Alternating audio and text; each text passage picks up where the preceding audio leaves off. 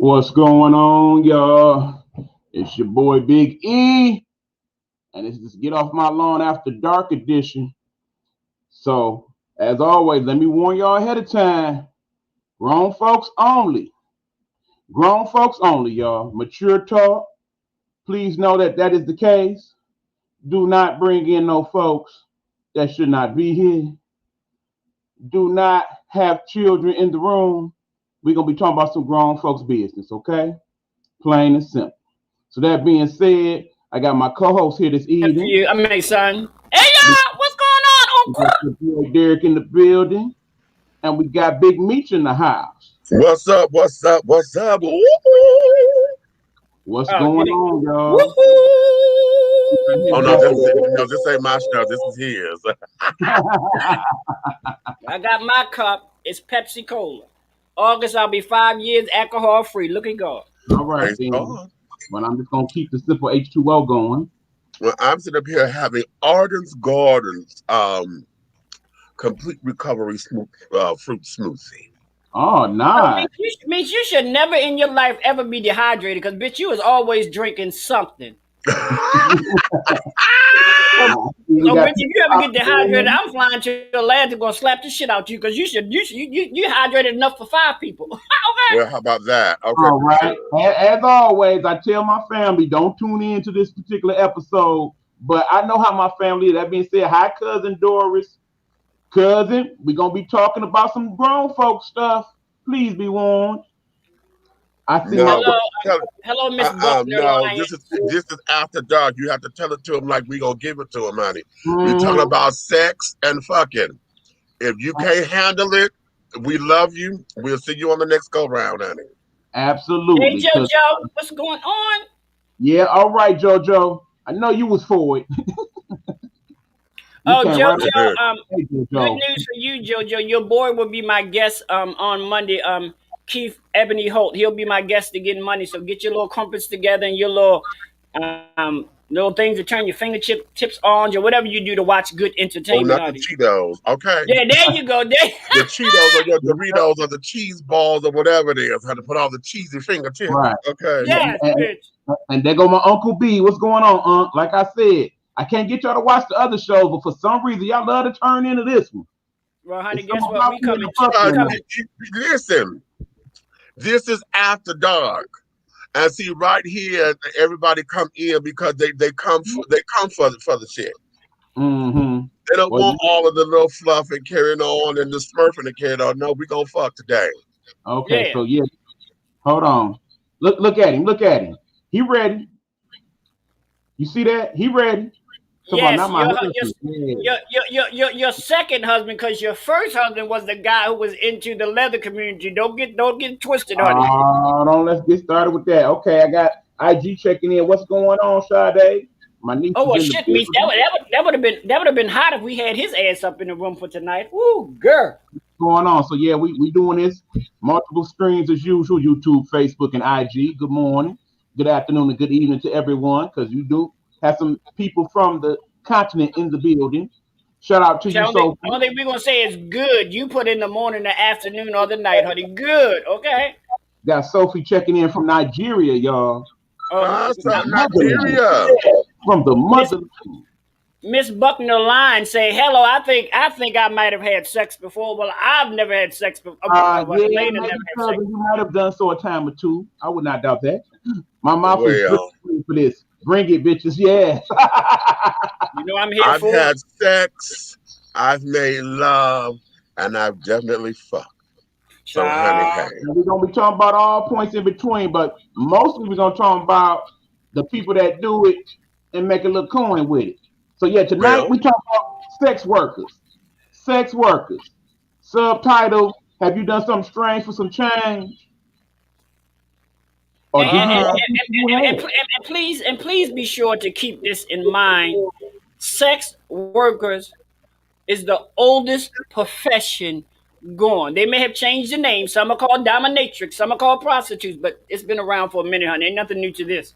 We're gonna set that particular tone because see, I'm hoping that out of this conversation that we bring up a few things that you may not think that's what you were doing. But okay, Right. we'll talk about it. That's it, Meech. Okay. So keep in mind, we do have a special guest that should be joining us. One Miss Shiglo Hard. She's going to discuss with you guys some of her experiences of dealing with sex workers, or perhaps sex working herself, or people that she's known has been sex workers. She's going to talk about all points in between. So looking for her to pop in. She's getting herself together, so she should be popping in shortly. But in the meanwhile, go ahead. I think since we're talking about sex, my little brother, I think you need to choose your words a little more wisely. Popping in, honey. Oh, yeah. Well, here we go. It is what it is. Here go JoJo. It's after dark, bitch. We're going to say what we want to say. Okay. So, all that being said, y'all go ahead and share it and whatnot. All my cousins and uncles and whatnot. I might as well share it with the rest of the family. Let's at least get the numbers up. So go ahead and put it on there. Because that's one thing I can't say about my family. We are down for a few things. We down for getting some drinking going, playing some spades, and talking about some sex. So bring it on then, y'all. Right, you know, a couple of let's keep it real, honey. You know, a couple of good old spade games turned into late night sex, honey. Don't have How about that? Understand what we're trying to told you. Yeah, sometimes you might have bet the wrong bet, and there you have it. I've heard of if you knew like I knew, honey, we played strip spade, strip poker. You know. I've had a strip Uno game or two that came out to be something else later on down the line. We done played all the strips. Okay. Continue, keep it 100. No holds barred. Well, JoJo, you know these After Dark episodes we usually do. Like I said, I might even have to tell y'all about my episode. Yes, at one point in time, for one quick moment, I was a sex worker. Huh, E? What you talking about? I'll explain later, y'all. Well, honey, let me tell you this. Anything that I say, the names will be changed to protect the fucking innocent. I don't think they're all that innocent, honey. You just the name will be changed to protect a lawsuit, honey. That part, okay? We in that society now where they want to sue a bitch for everything. Look at it. I have played Lick That Cookie. Okay, then. Oh! You know what I'm saying? Please explain Lick the Cookie to me, because if I'm thinking what I'm thinking, honey. All right, we got Crystal in the building. So yeah, we got Canada checking in this evening. Big Meech is in the house checking in from YouTube. That's what's up. And that's crazy. Now that's something. I'm like you, Erg. I have all these devices, and one time I used to always check in on Facebook, but maybe I need to check in on YouTube. I got all these damn devices. I may as well make them useful. I praise the Lord. Talk about the cakes, baby. Okay. All right, so here it is, y'all. Sex workers. Now, before everybody fix their mouth, be like, oh, no, I would never. Yeah, you might have. And if you haven't, you know somebody who does, okay? How about that? 1 in 4 people, according to a recent survey, have admitted that they have either A, been a sex worker, or B, have dealt with a sex worker, or C, are related to or have associated with a sex worker. Well, now see, here's the thing. When you talk sex worker, y'all think the usual thing, right? They on the street selling that butt, or they in the club shaking it up, doing the lap dance thing. No, my friends. There are so many other forms of sex work, okay? Some people think, okay, if it's the stripper girl, or, the little hoochie mama does the sex work. Oh, no. Men do sex work. People of the alphabet community do sex work. Even the little short, the small people. There are sex workers specifically designed for them. There are many different types. They have many different forms. They come through many different mediums. We're going to talk about all of that today, y'all. All righty now. H2 checking in from YouTube. That's what's up. I see y'all. That's how we do things around here. They had to get the IG view to that. That's what's going on. I appreciate you. You checking it out on all ends. So, okay, let's get into it, y'all. Now, here's the thing. We come with different backgrounds in this scenario, okay? At one point in time, my brother Derek here, he's worked at a bar. Did you not, sir? Yeah. Okay, as have I. At one point in time, Meech, you worked at an adult bookstore. Did you not? And a bar, too, yeah. You know what I'm saying? So, based on just those experiences alone, I got stories. But keep in mind, sex workers, they come in all forms. They come from all different walks of life. They come in all shades and colors.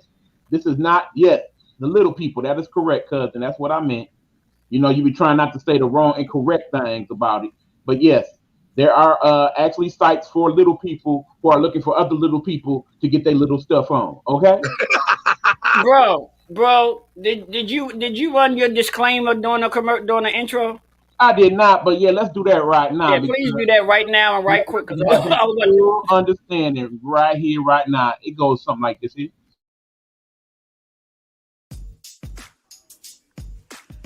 The views and opinions expressed here on Get Off My Lawn Live are those of the host or his guests and do not necessarily reflect those of the Nighthawk Network or its associates.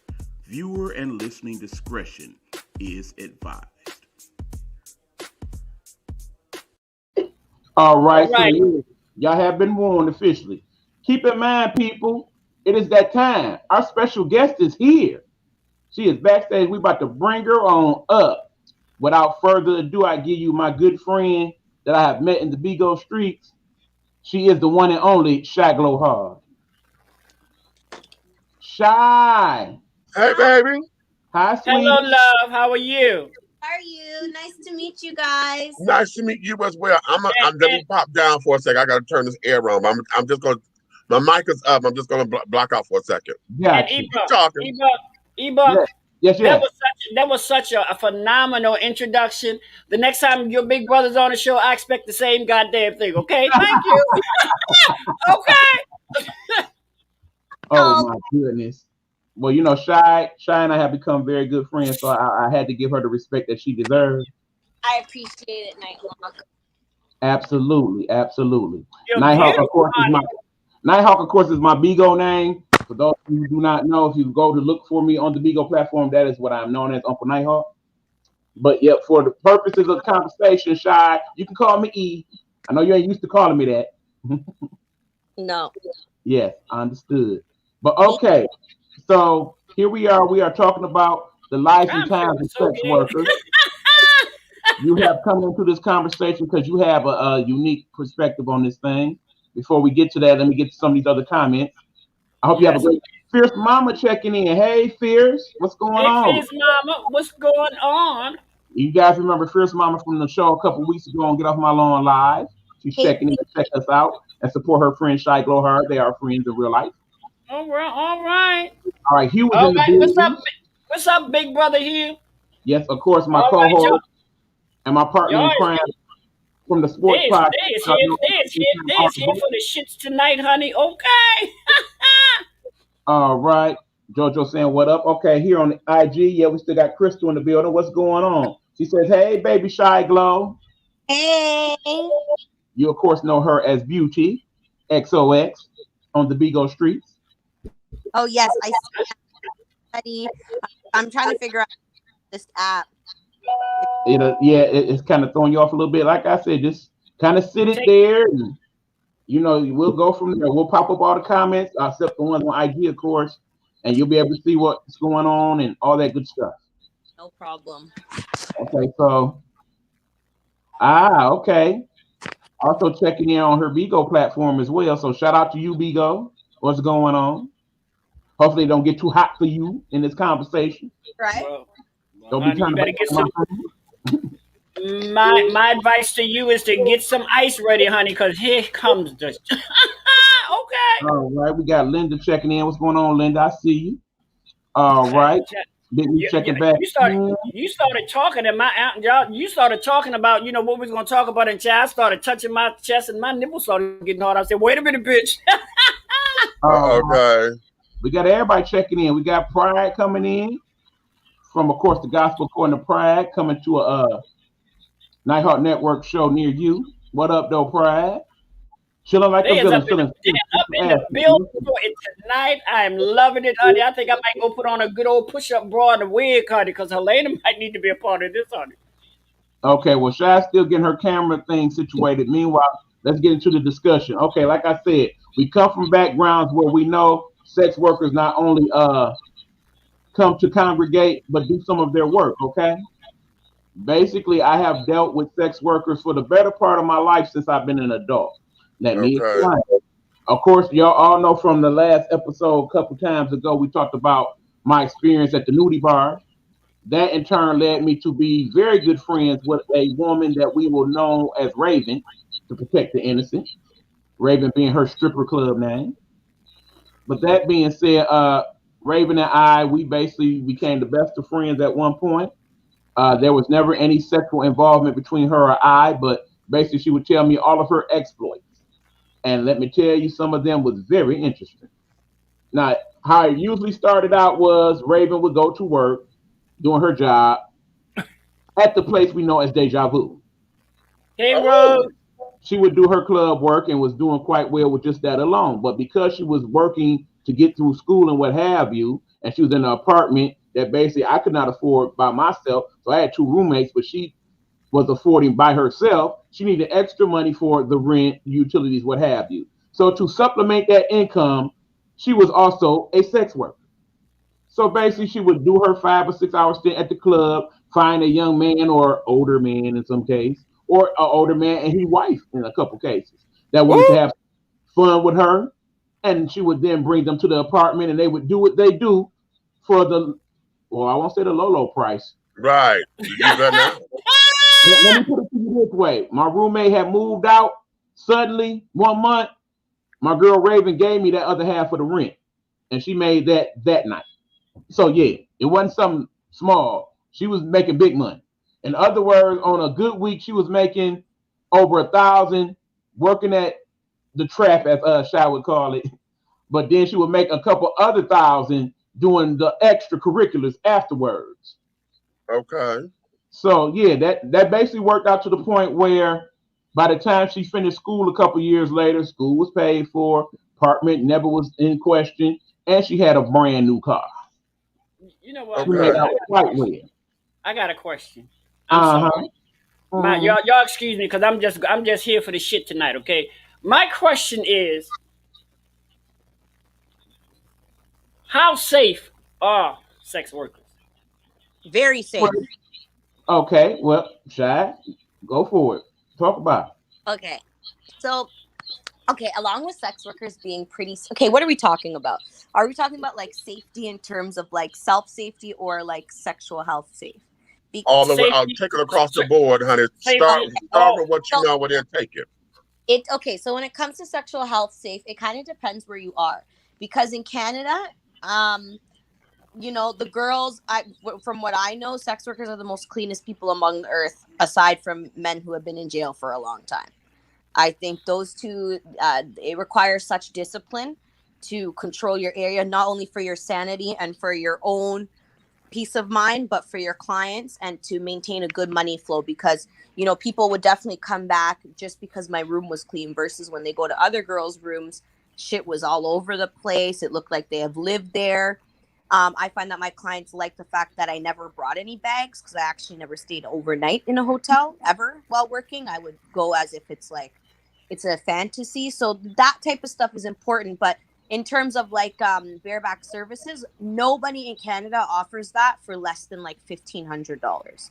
And like that's people who have developed a long-term relationship and verified their clients first. Whereas in the States, if you ain't sucking a dick without a condom, I don't think anybody's giving you money.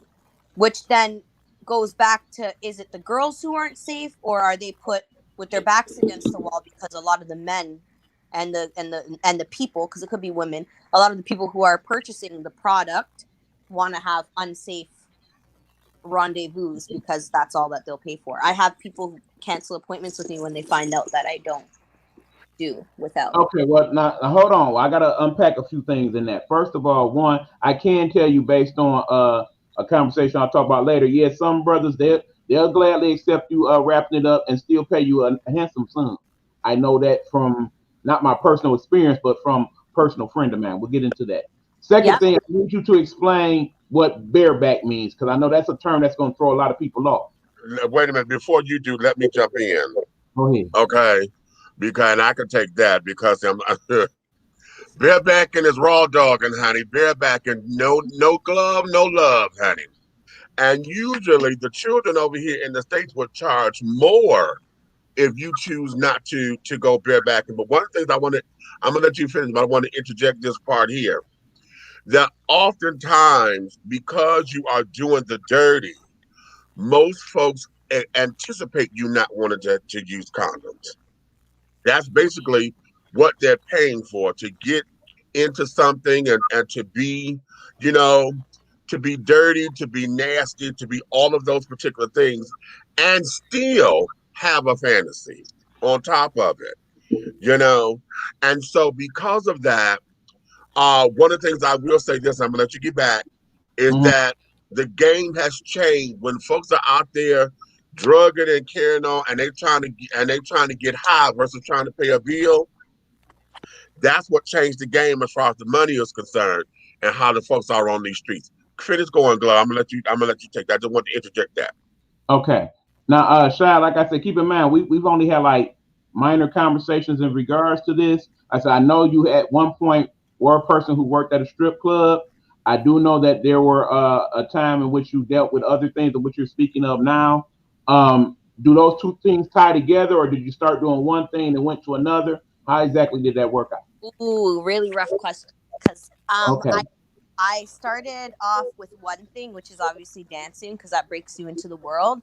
But because everything was very money motivated for me, and I was on a strict time frame in terms of being goal orientated, I found that there was no point of me walking around breaking my back in heels for a chance of meatballs when I can literally make, maybe double the money in 20 minutes with one client in versus 30 songs, 30 long songs, I dancing get die back. Right. Okay.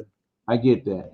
So basically, one thing led to another is basically what you're saying. Exactly. And it was also because I used to be BBW, I really didn't have the option to work at every club in my city anyways. So all the clubs that really brought in the good money wouldn't work for me, so I was kind of forced into the other industry anyway because of my weight. Well, keep in mind, I've seen some of your younger photos when you're talking about you with BBW. No, I'm BBW. You just was a little chunky at one point, okay? You Okay. still fine. So there's Well, that. here that I'm a small B. I think it's because I'm tiny, but trust me, I was like pushing like 180 pounds, and I'm only 5 feet tall. That being said, like I said, she's flirting the camera. Keep in mind, she is an attractive young lady. You know that. But anyway, let us move on. Okay. I called back to Houdini and the condom disappearing act. Alrighty then. So all of us have our different terminologies, apparently, Hugh. Okay, Jojo has a question. Hey, love, did you ever deal with celebrity clients? He's asking Shy. Oh yes, yes. Anybody I've anybody dealt. we would know? What's wrong, Kobe? Stop. They're politician. I'm politicians and celebrities are among the cheapest and the most outlandish. Oh Like, wow. yeah, like I first of all, yeah, absolutely not. They request the most craziest things based on their status, and it's I think it's like an ego thing. I think it's being power-tistical or whatever. I don't know what it is, but yes, I've had them, and they're no better than just regular clients, anyways. Alrighty then. Okay, Meech, I know you got questions, my friend. But here's the thing here. Um, well, I want to be delicate because I don't want to disrespect it. Because though I have not been a traditional sex worker, if you will, I have at one point I have picked up a couple of boys off the street because it Yeah, was business. yeah, Okay. yeah. But here I think I'm gonna start off with my question being call girl versus the street girls. Okay. Where did you find yourself, and explain why you chose that particular avenue? Where did I find myself? Yeah, call girl being that you were in service or out service, and they called you and used a phone call versus Yeah. being on the street walking the stroll. So we don't, because Canada, it's you can't do that.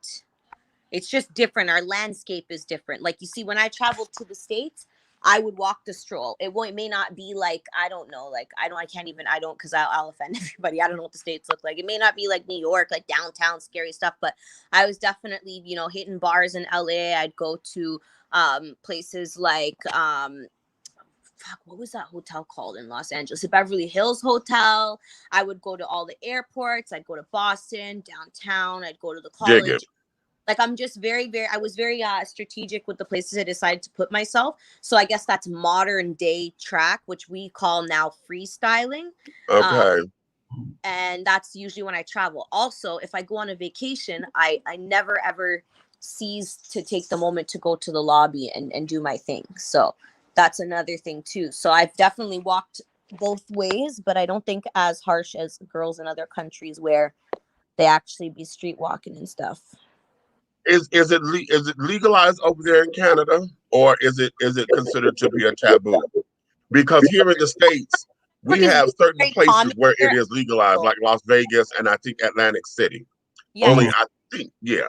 That's why we don't do the street stuff as much, because we can literally just advertise online, have websites and put real connection info, and it's very easy to verify people here versus where you are, it's illegal. So even advertising online is almost impossible. Right.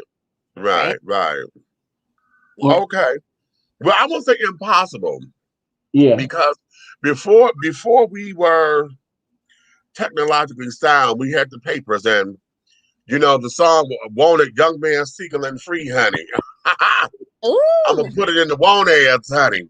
That became very realistic because coming out of the 70s into the 80s, and a lot of kids was taking out ads in the classifieds and this, that, and the other. Then you had some of the little free newspapers that actually had services, to where folks could put ads.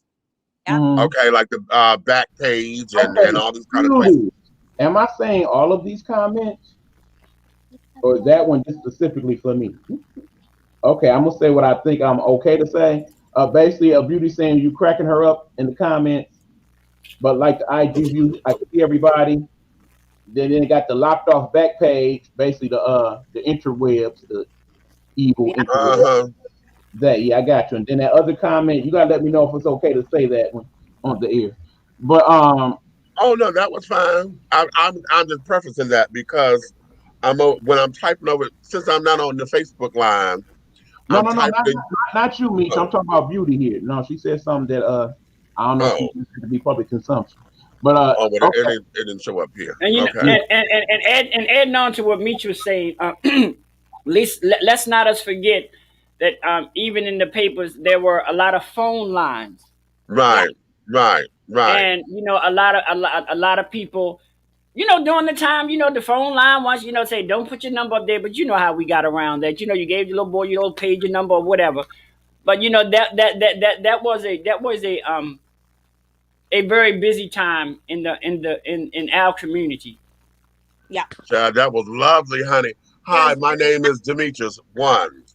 I'm gonna tell you when I'm about 3. Okay. And when But the only scary part to that was sometimes people did not meet their description. Yeah. Before there was catfish, there was that. Yeah. Yeah. And there's you have to the danger levels are different everywhere, right?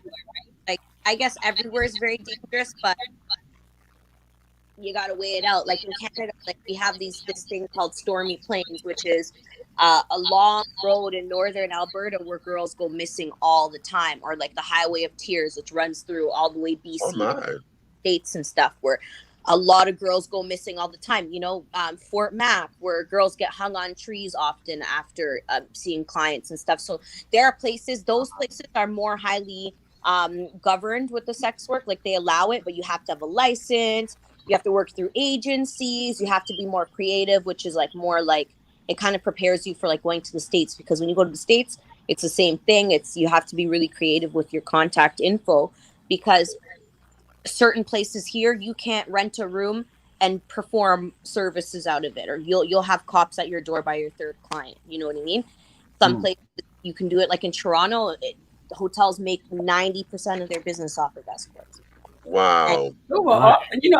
See, I don't think we've ever. I'm not gonna say we. I'm gonna say I never thought about that aspect of it. You know what I'm saying? That was going to be my question. Mm-hmm. Yeah, go ahead. Because at the end of the day, when you look at it, be doing this, you're not the only one that's making money. No. Here's the question. Here's the question. When it comes down to making the decision to say this is what my profession is, two questions. The first one is, how is it that you made peace with it? Because of all the naysayers, the Christian children, those who say that, oh, you destroyed your temple, and oh my God, how could you do that to your body? Those children. I And told then, mom. you pay them off? Did you say what? I told my mom. That's what I did, because let me tell you guys something. There ain't nothing. If you want to tell my mom something before I tell her, that's what's gonna hurt me. Okay, there's nothing more you can do in my life, because I'm not like, my dad, I'm close with whatever now, but like he was absent for a long time. He has addiction issues, and then my mom is absent due to mental health sometimes. So that's her situation. Never absent, but like we have situations where sometimes we can't be together or we can't maintain a healthy relationship. But that's very, very small amounts of times. It would never over amount the amount of love she has for me. And like the things that we've been through. So for me to disappoint her would be the biggest thing. But I became sexually active very late. I was not like hot in the pants. I always put a value on whatever I have to offer. I'm still pretty traditional. I invested my money. Like, I probably don't have a lot now, but a lot of things have been taken from me in unfair situations. But in terms of like what I've done, I've seen half the world. You know what I mean? So she's very proud because I'm educated and I had a plan and I stuck to my time frame, and I'm moving on with my time frame now. Dig that. Okay. Now the second question is, a lot of folks get caught up in the glitz and the glamour, if you believe it or not, because they see the bling. They see folks living the fast life. They see, oh, bitch, I can do this. I remember one of the T girls, honey. We were doing a show. Miss Simone, honey. Oh my God, Miss Simone. She was a plus size girl, and what had happened was she was a performer at one point, but a lot of the girls would leave the clubs and they'd go on the stroll. Okay, and she sat up there and said all day, this little coin right here. This is just peanuts. This is just peanuts because I can make $50. No, she said 20. I can make $20, bitch, in 3 minutes, honey, sucking a dick. And being the alphabet children or whatever this thing that we do as far as making sex our leading moniker and our leading pastime, and that's all we do, to say that I can do this by sucking a dick or whatever, honey, gave points and gave her kudos because she can pull trades. And Simone was a very passable girl, big passable girl, okay? And she was just, oh, okay, I could get this making a dick, bitch, and that was her badge of honor.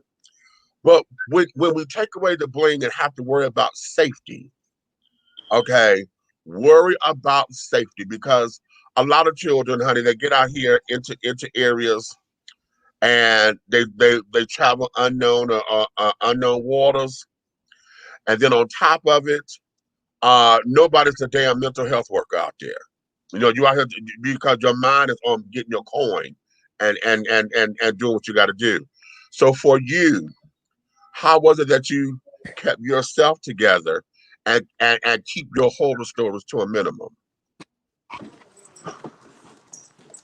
Yes. Not listening. Sorry, my dog. No, my dog scared the shit out of me. I thought something was I have 3 animals that I'm very attentive to. Sorry. Okay, that's okay.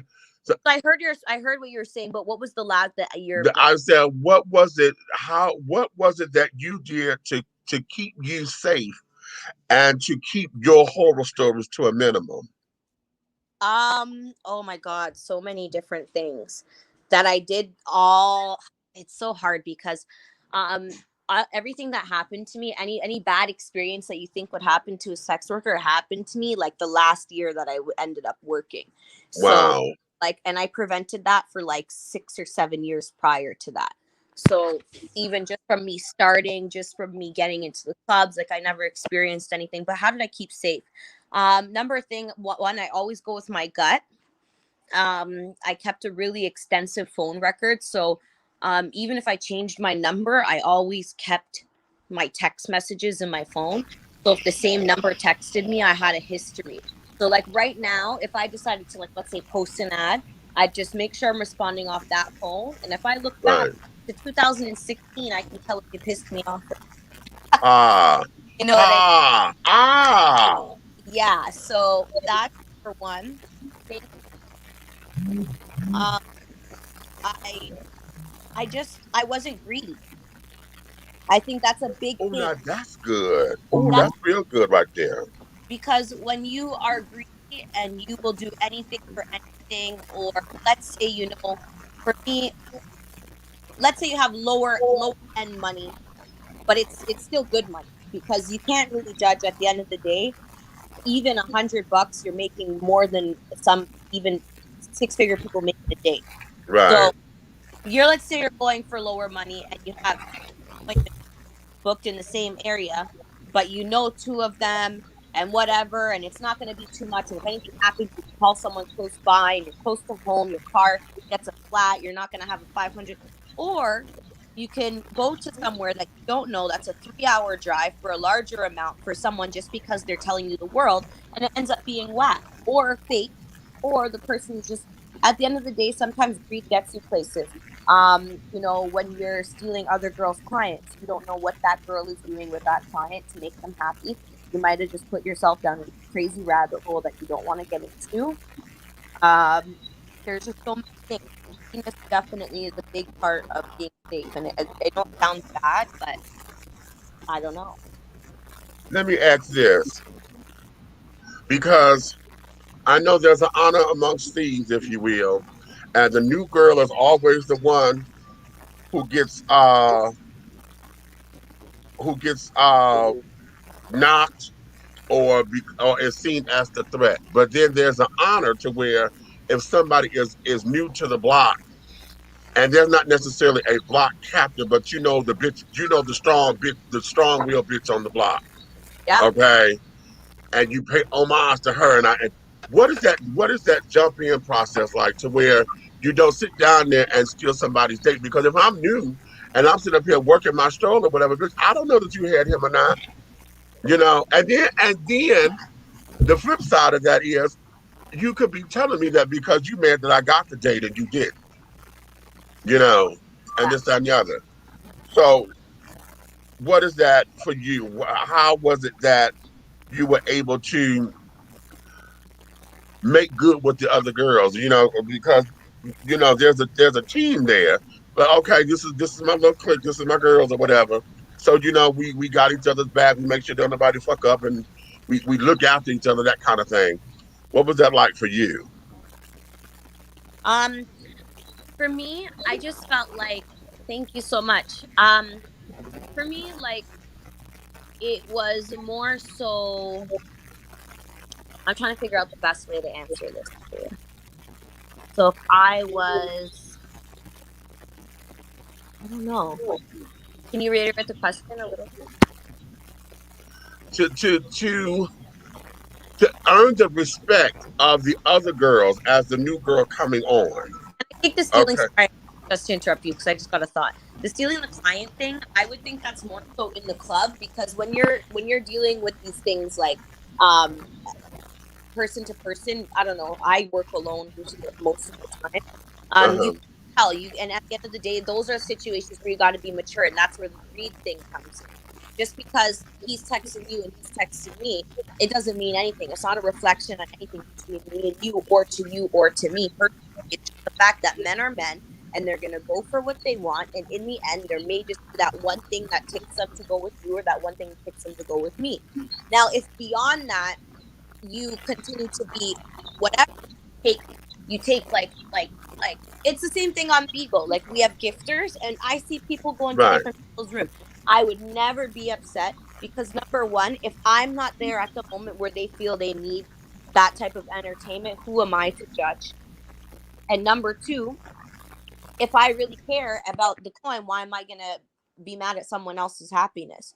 So there's that. But when you're in the club now and, you know, you see a girl go upstairs with a guy every time you're on the same shift as her, maybe 3 times a night, maybe he comes and she goes home right after she sees him, meaning she made enough money to go home, right? Right. And then you go up to him. You don't know if these two people share sexual transmitted disease so that they meet up, and you don't know if that girl is performing unsafe services and he's going to think it's okay with you and still Right. so you turn around and you don't even know what's going on back there sometimes, you know. So it's important to stick to what's for you, because when you go travel out, and I don't like to bring spirituality into everything, but energy follows, you know what I mean? No, you have to, and I think that's one of the problems, because regardless of what you want to call it, I like we're going to say energy. You know how to read energy because shit, it's there, especially when you're on high alert because you're trying to protect yourself. Let me ask this, but what I want to do, I'm gonna compare this, because see, over here in the alphabet world, this is something that we all have, and I love to refer to the episode of 227 when Kim Fields was on there, and she and Sandra had her as a roommate or whatever. Right. And then she dressed her up, and then now Kim got a little that way and stole one of Sandra's boyfriends. And she told her, she said, girl, you got hundreds of boyfriends. She said, but today I got 99. Okay. And one of the things I know that alphabet children, honey, we're very much like, I don't give a damn how many pieces of trade I got, bitch. Especially if you in my circle, in my clique. You better not go after not nail one of my pieces of trade, bitch, unless we have a conversation. Yes. Okay. If I don't give you approval to say, bitch, okay, yeah, go have fun with that, bitch, you bet not. You bet not. You bet not, because bitch, I'ma knock you. Okay. And that's cold. That's cold. That's street code. That's trade code, baby. Bitch, you fuck with my trade, you getting one on knock. Okay, well, let me jump in here, Meech. As y'all see, this is a very fascinating conversation. Thank you so much for joining us, Shy. I appreciate that. Let me get in a couple commercials right quick. Then we come back. I want to kind of get into the different levels of what sex work is and talk about some of that, because it seems like from what we're all touching on, we all have bits and pieces. So for those of you who said that you don't know no sex work or you ain't been a sex worker, you might want to hear some of what I have to say in regards to that, and you might have a different opinion. So that being said, this is the After Dark edition with us all and our special guest, Shy Glow Hard. We'll be right back after we hear from our boy David Ford.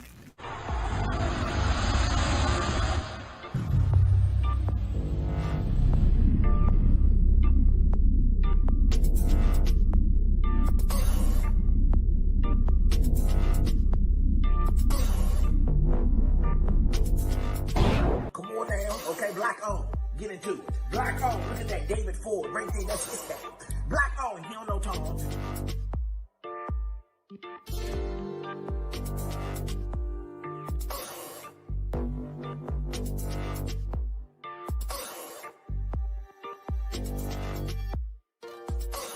Look at that David Ford, that's his thing. He don't know Tom. Yeah.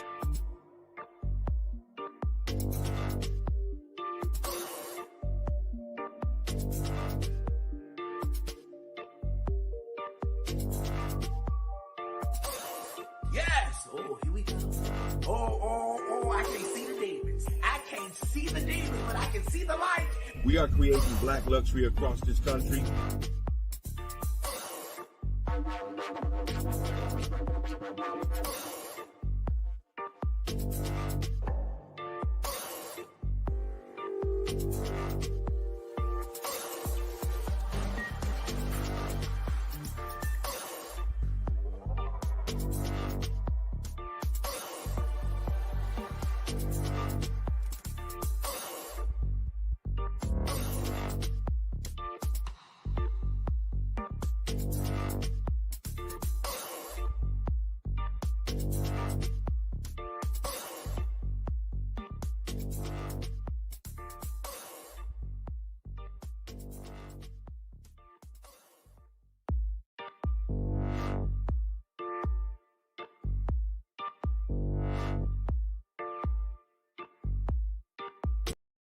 Hey, bitches.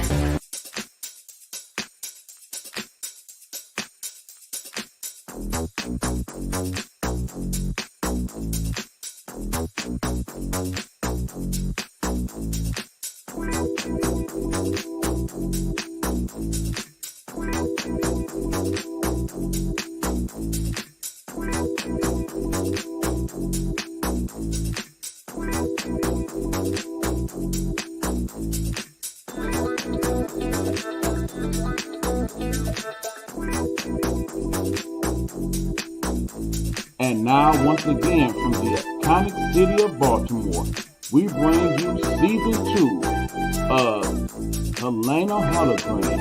Hey, bitches, let's talk about it.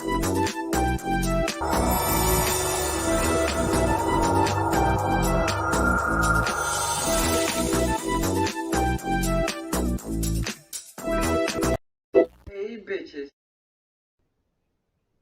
No, shorty, I got this one. I'm your boy Derek, and it's time for the remix.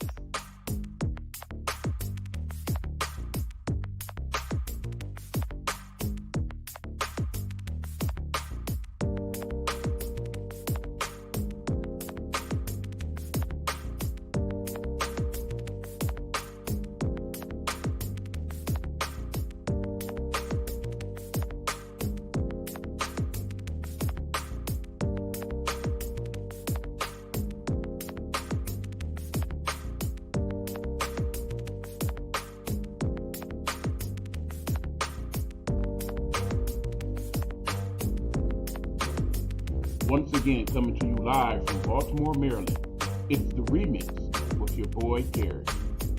Now let's talk about it.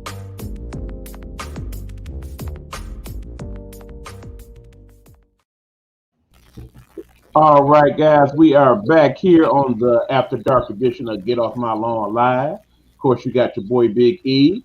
We got your boy Derek there on the left, and of course, you got Big Meech on the right. Shy is okay, she's coming back. Hold on.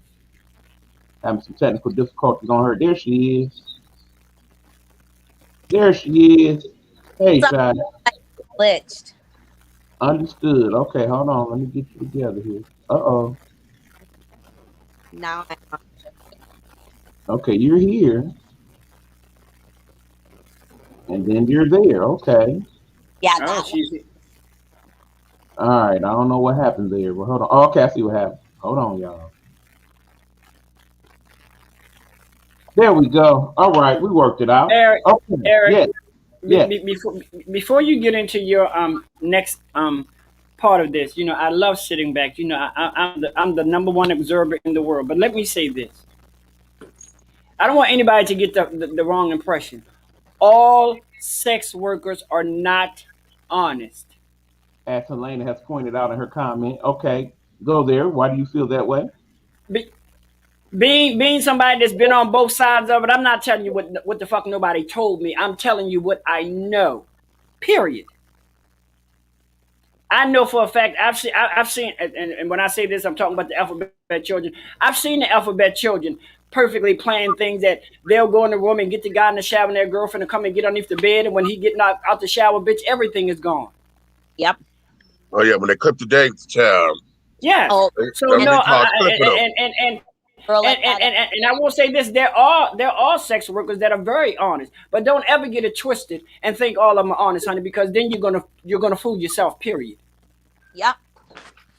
You'll be the one fooled, boo boo. It's true. You might get 5. You might get 5 good ones, and that 6th one is gonna be the bitch that ain't honest, or the other trade that's not honest. Okay, so that being said, y'all, let's get into it a little more in depthly. We're talking about sex workers this evening on the show, and Shy Glowheart has joined us as our special guest. We are basically giving people an understanding of what the life of a sex worker is like, what type of pitfalls they face, things of that nature.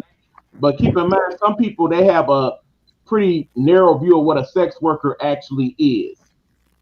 Yeah, Lanier agrees with you guys. They are not honest, a lot of them. But okay, Hey, Lanier.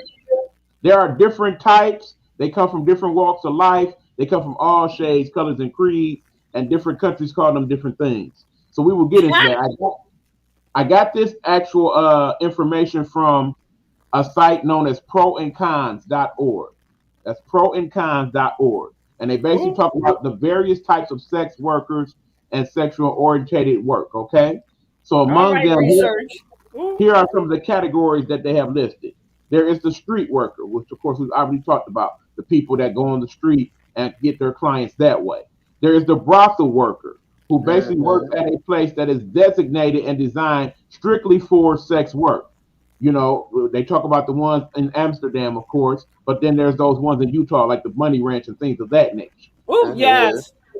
There are the escorts. Now, the escorts, of course, are the people that are usually looking for people of a more higher clientele, so to speak, that do it, and they also do other work in regards to that. It may not just be strictly sex. They may actually serve as arm candy or be masseuse or something to that effect as well.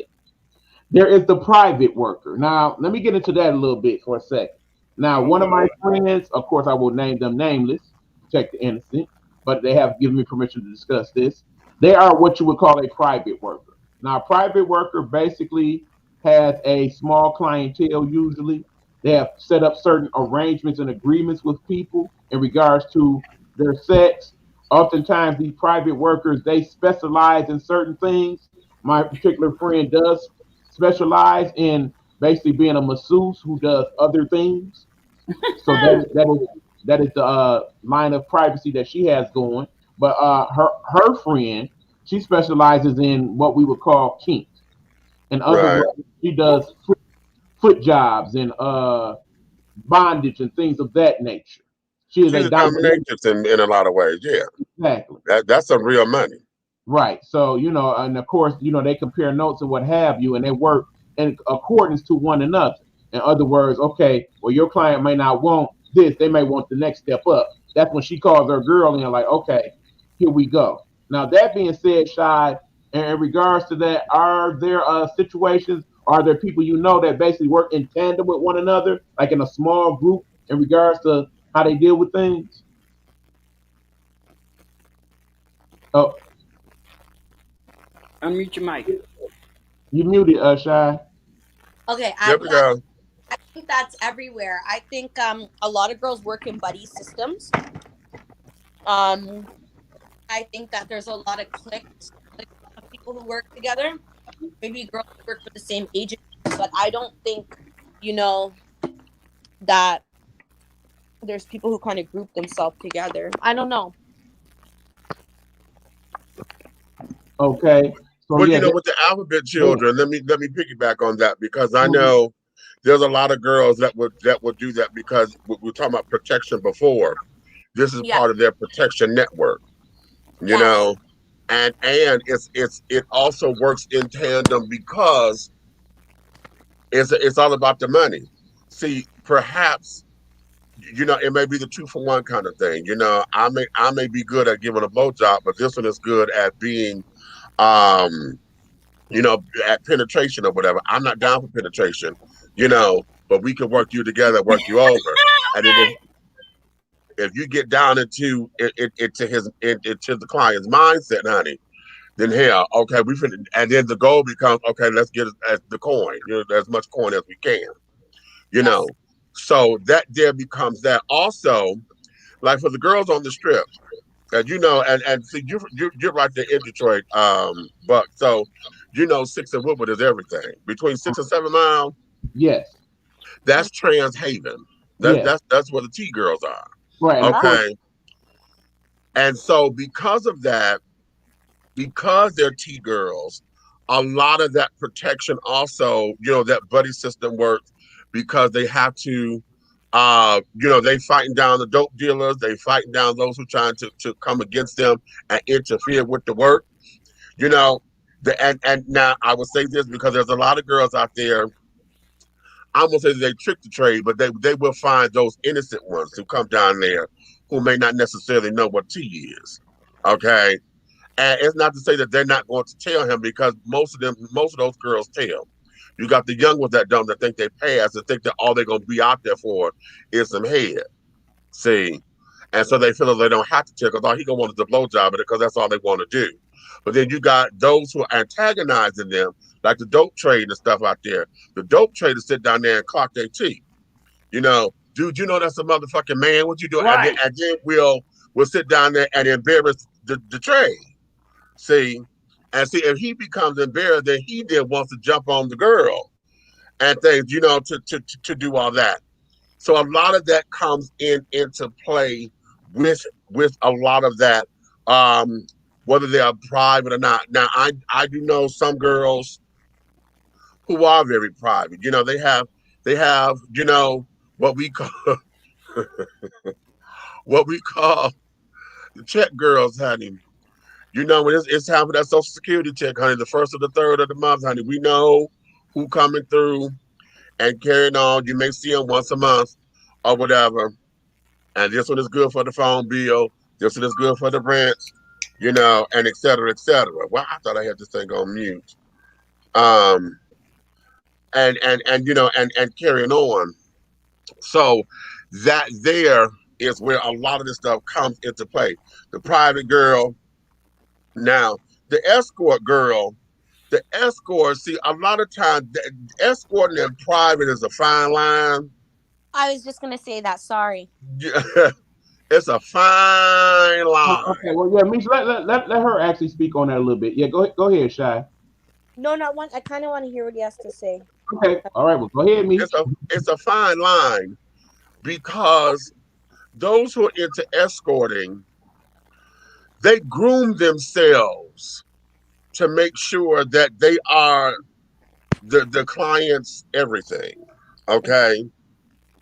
So what we always say as far as going from the boardroom to the whole house kind of thing, you're able, if you're coming from my services, then I have to know exactly what it is. I have the wardrobe to put on the tux and to go to the this or to go to the that. Okay, if we're going out to the concert, basically, the escort provides it's the fantasy type thing without the kink, because S&M and that kinky stuff, that there is fantasy driven, but with that little edge to it. Escorting is just that it is all fantasy, because there are some clients that are non-sexual at all. Yes. All they want is conversation. All they wanted to spend time, and they pay you for your time.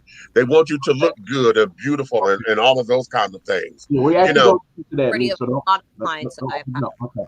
Yeah, but let me ask you this before I get back into the list, Shy.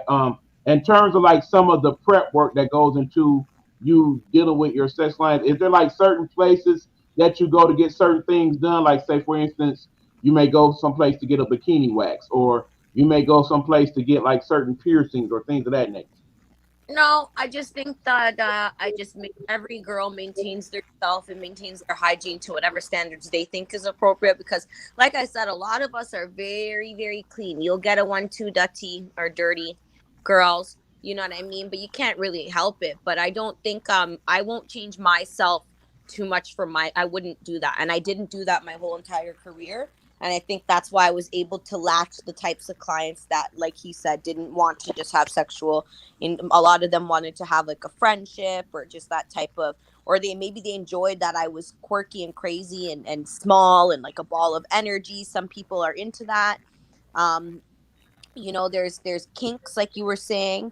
I'm not like into S&M and like tying me up and stuff, but I'm definitely a kink provider. But it wouldn't come off like that because I'm also just normally attractive.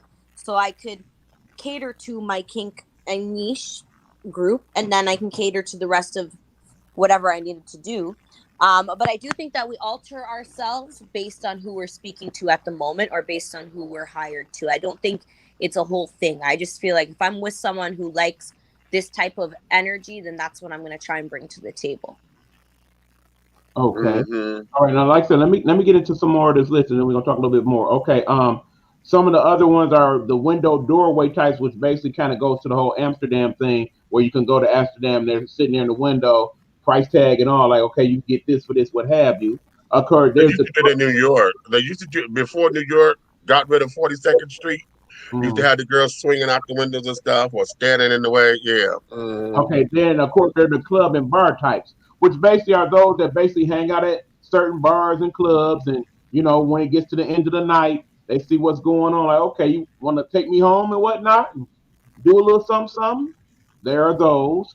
There are the ones that hang out at the all-male places. In other words, the ones that hang out at your typical adult bookstore or your massage parlor, things of that nature.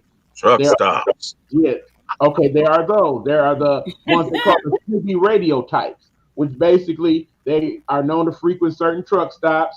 And basically, when you get there, be like, "Hey, honey, what's going on?" They got the CB radio on deck, like, "Yeah, breaker, bone breaker, I got this such and such package for you," and they set it up that way. Breaker Yeah. 19, breaker 19. This brown sugar coming at you, Big Daddy. What's going on? Mhm. You got your ears on out there. Where you traveling to, sugar? Okay. That part. Yes, honey. You have the ones they call the door knock variety, where basically, if you're staying in certain hotel, motel, holiday Yeah, that's inn, fine. they may see if you're feeling kind of lonely that night, knock on the door. Oh, my bad, I know you were here, but since I'm Mhm. here, do you want a ABC?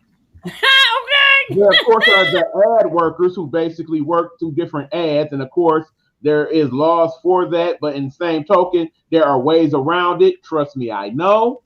Not that I know, but I know based upon the people that I know. Okay, there is the survival sex. Yes, Lord. In other words, there are those who basically do what they need to do to survive. In other words, I ain't ate in a couple days. I'm out here homeless. Let me go find a dick to suck. There are those that are like, okay, well, I got to pay to get to this side of town. I ain't got no bus fare. Let me see if I can get old boy a little handy behind the grocery store. That type of stuff. Okay, honey. You And then, did of your course, there are research. the ones known as hobosexuals. What is a homosexual? A Yes, homosexual God. is basically someone who wants to do something strange for some change in regards to, okay, I need a place to lay my head and wash up and what have you. I Yep. don't have no money, but I got these titties though, and I got this bomb ass head. Let me see if that can get me a couple weeks at somebody's crib. And Yep. wait a minute, wait a minute. Let me give the other side of that because see, we call that, honey, in the wintertime, we call that bunching up, honey, because if you're in the climate state where it gets cold, that's what we call, honey, a time for everybody. When they say the cuddle alert is carrying on, that's what we call it, the bunch up stage, child. The kids will bunch and things of that nature. And they and I did a show once I called Trade Ain't Trade No More. Because trade used to be able, when they came to your house, they did something. They were handy, crafty. They did drywall and they knew how to fix a little plumbing and they knew how to mop a floor. They were handy. But they Mhm. did that in the wintertime just long enough to get out of the cold because when the weather break and they can stand outside again, that's when hell will break loose. And we always call that prison break. Mhm. Okay, Jojo said this, a lot of clients are so different and complex of what sexual positioning favors they want. Most of them can be very extremely difficult. Yes, So, God. Jojo saying, "All right, freaky dick Eric, preach to the streets." Yes, but okay, like I said, that's like some of the various types. But then there's also certain services that they provide in regards to the sex work. Keep in mind, some people they start out doing other things and end up being sex workers. For example, you may legitimately be a masseuse, have a massage license and all that, work in a massage parlor, and then come to find out what the meaning of happy ending is. And from that, you realize, okay, I'm making more in temp money than I'm making doing my actual work. Let me kind of switch over here. Yeah, go ahead, Meech. I want to put an addendum there because see, folks who go into massage therapy, they are trained about all of that. So anytime they say that when they talk about happy endings and carrying on, they choose to do it. So it's not like they happen upon it. They know what it is. Okay, they know what it is from the jump, and so they go into it because they want the extra coin. Then, when they figure out that they can make that extra coin, the kind of money they can make, they stay there. Because I have both. And see, here's where it is. A massage therapist and a masseuse or masseur are two separate entities. Although it's the same work, but this is how you know who's who. A massage therapist is someone who would let you know their license and you got to go through paperwork and steps and this, that, and the other, depending on how they give their business, and they're going to tailor make your massage based on what you say is the problem. A masseuse or masseur are usually those who are going to do what I'm here to make my money. So if it's a happy ending, it's a happy ending.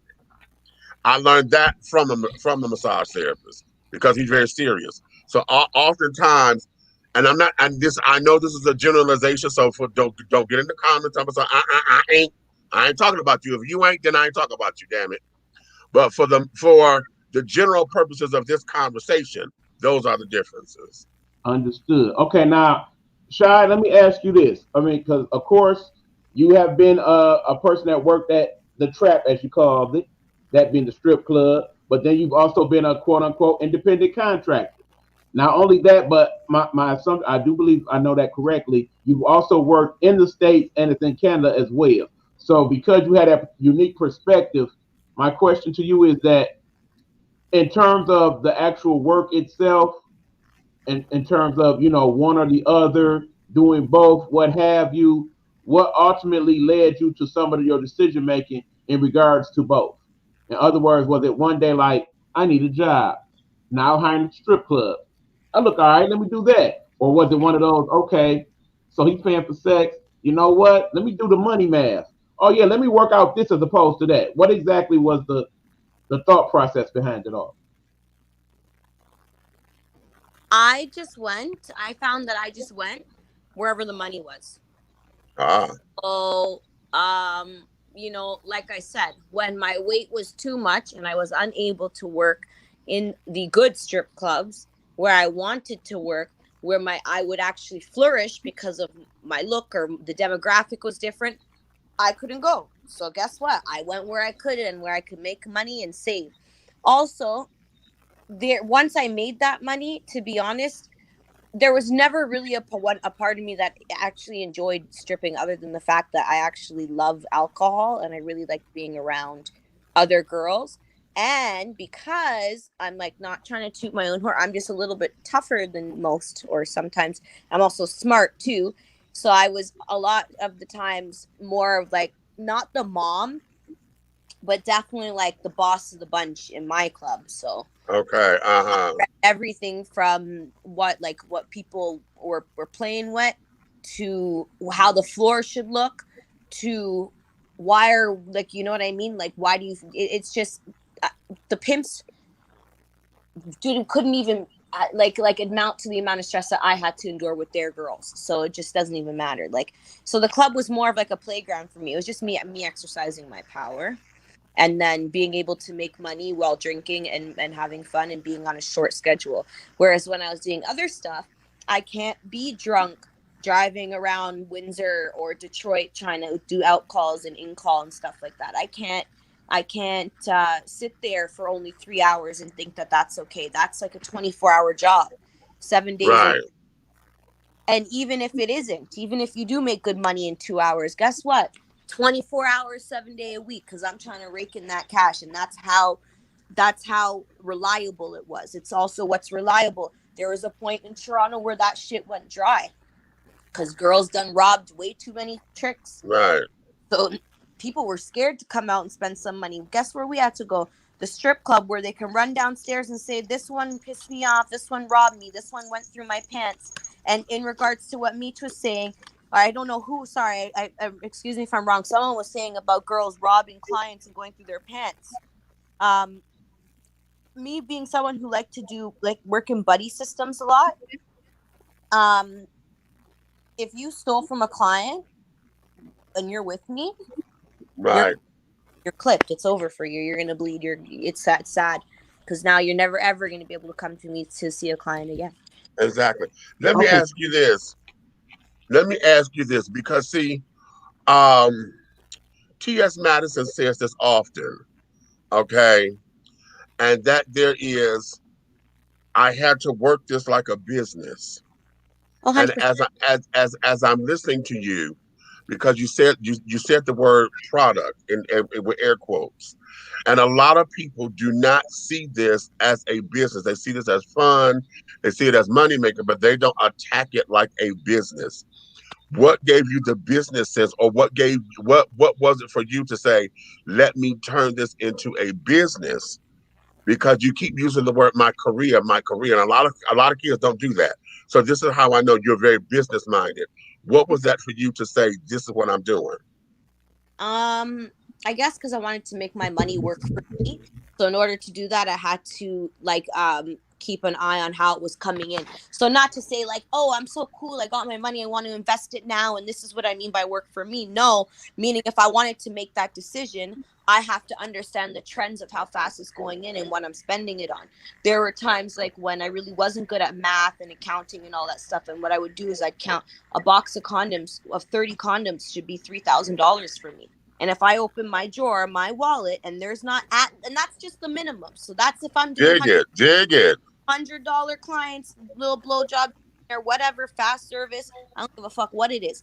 If that box of condoms of 30 condoms didn't equal $3,000, number one, I'm gonna rip your head off, whoever's around me, because I feel like somebody miscalculated something or someone stole something. I don't care.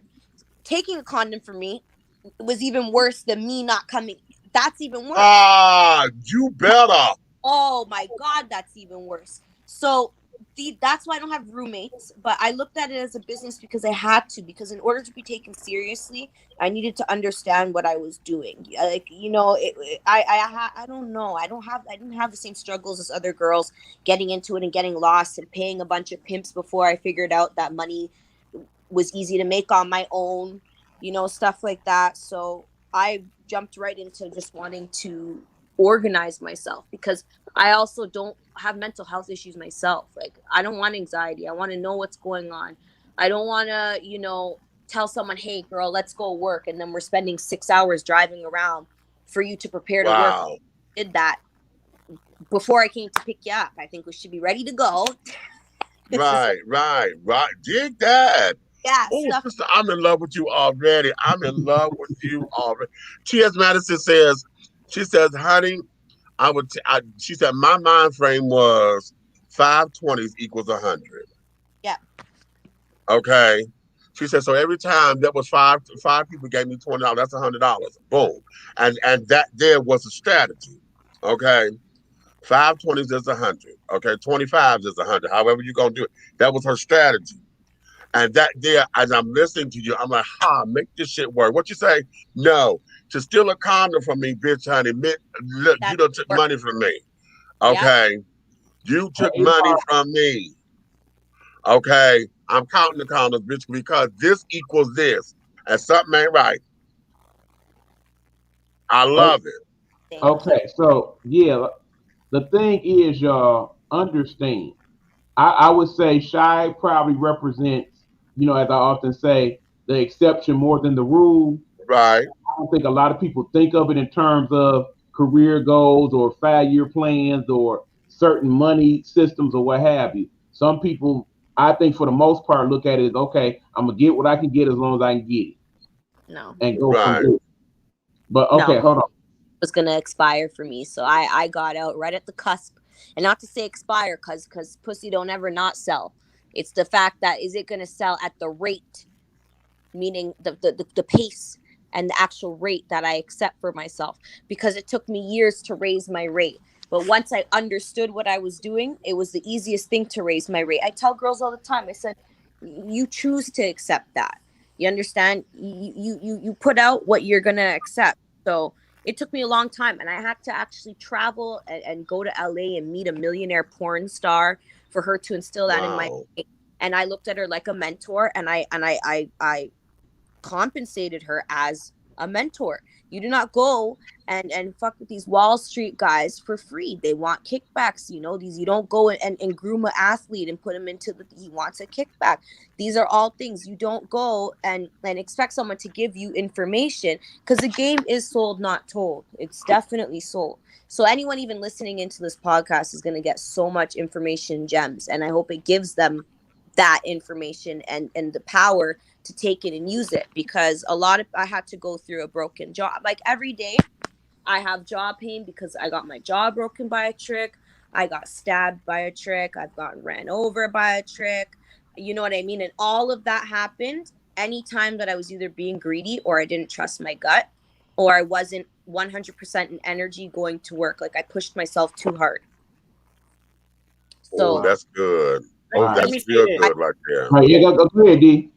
And I'm kind of, because I don't want. I know. Me, what I just did. Meech can attest to this with the alphabet children. a lot of these services, for lack of a better word, has been so tainted.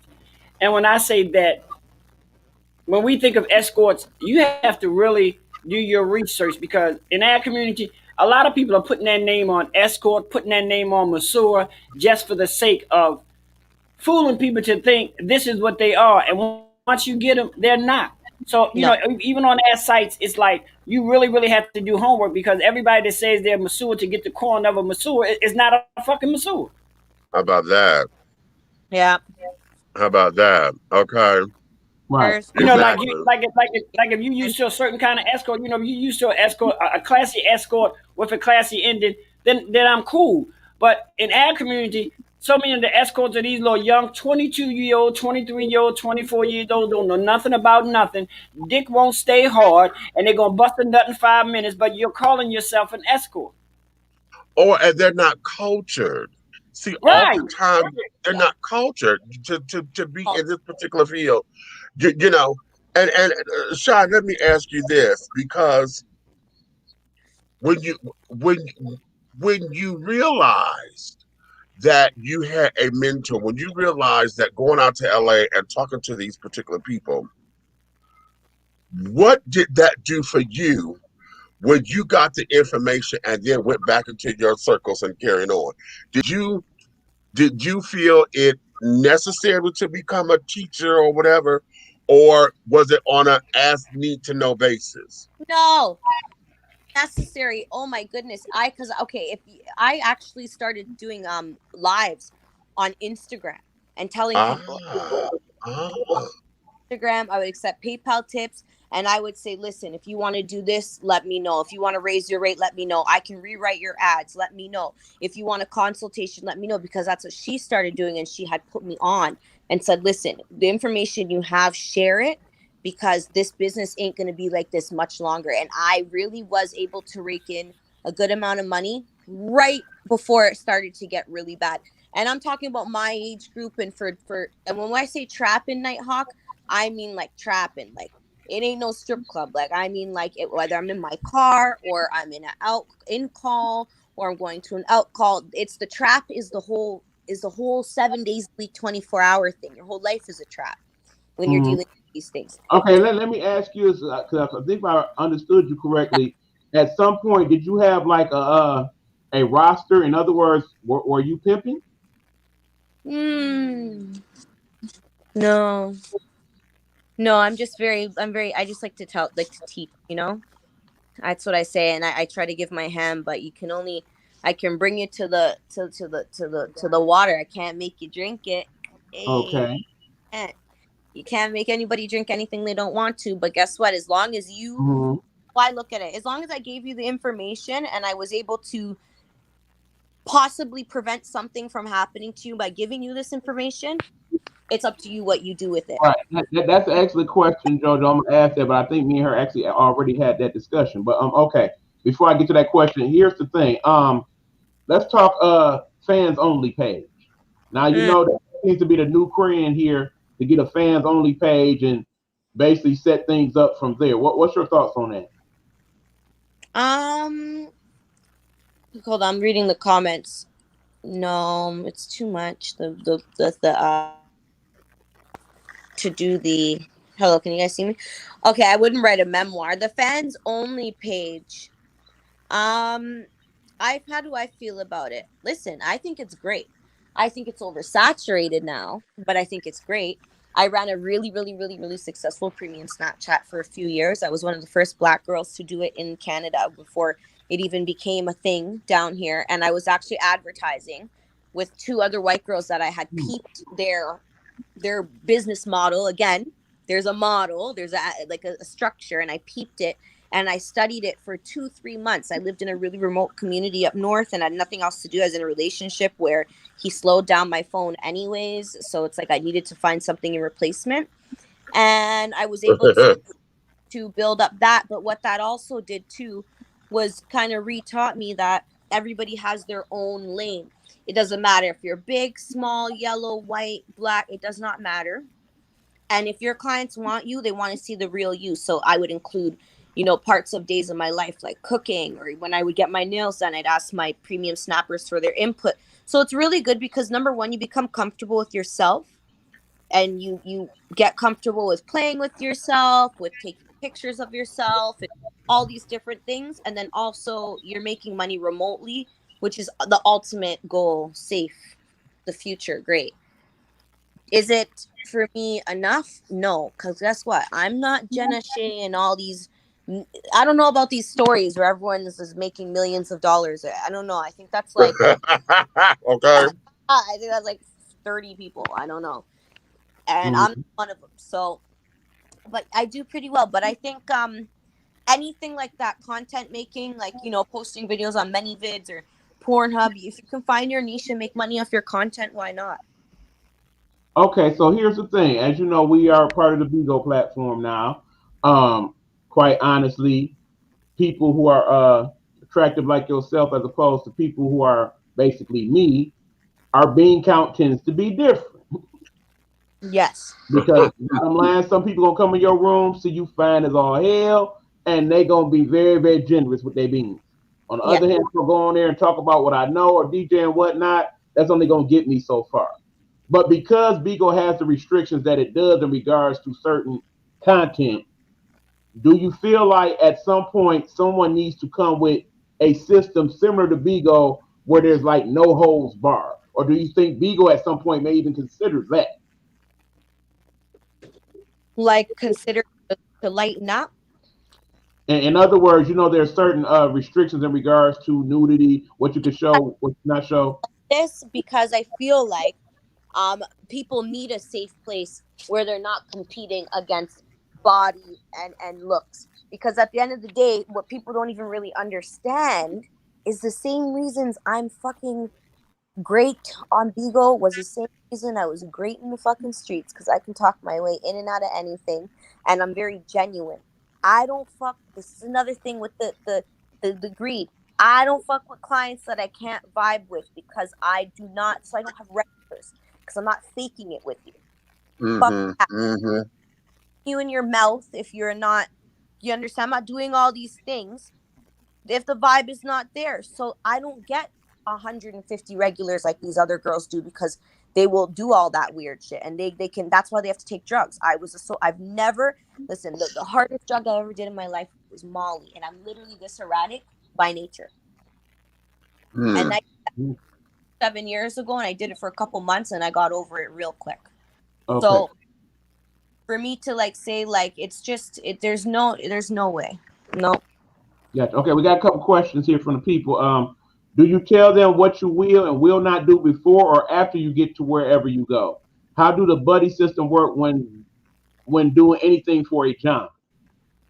Trick question. Good question. And I'm going to tell you, disclaimer before I answer this: stay safe and do the right thing. Don't be me, because I'm who I am. So this is what I do. The buddy system means you find someone that you want to work with that probably does the same thing, preferably someone who doesn't look like you, so you guys aren't competing for the same client. Right? And so you can do like a chocolate vanilla swirl. I always do it for white girls to work with. Not because I thought they were weak. Weak bitches think white bitches are weak. But because I need you to work your privileged magic to get us in. And then once we're in, I got you. Don't worry. Don't worry. Because you know what? You have to be realistic about things. And that's why a lot of my white friends, I don't diss them, because they're realistic. They'll be like, yeah, you know what? We do have privilege. Is it cool? No. But it is what it is. So if you know that that's what's up, you're going to want to pair up with a Latina or a girl or someone opposite of you. Could be any race, whatever it is. Number two, with the Johns, I do let people know now of this age, now that I'm this age and I've had my jaw broken. Okay. But for a cool 5-6 years, I was sliding by telling people, yep, sure, bareback blowjob, sure, whatever you want. Yep, anal, yep, all this, cool. And then shimmying my way out of it once I get there.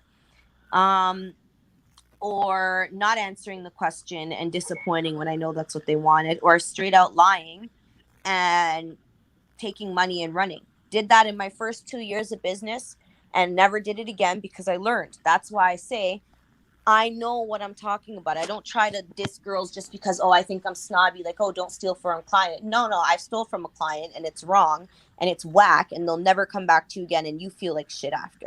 So, no, I wouldn't. That's the same thing as stealing. Now I don't do it because I don't want to get myself hurt. And it's just a waste of time because once you put that value on yourself, you'll realize that you'll make even more money saying no. Because now rich men and men who are healthy and men want to show you respect are going to hit you up and they're going to want to shower you because you're that one girl that said no.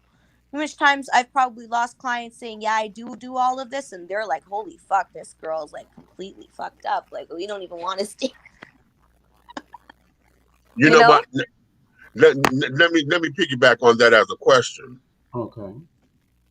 And that there is the whole idea of being the fun girl, and being the I could do anything you want without having some kind of exclusivity or some kind of boundaries. How does that work with the girls?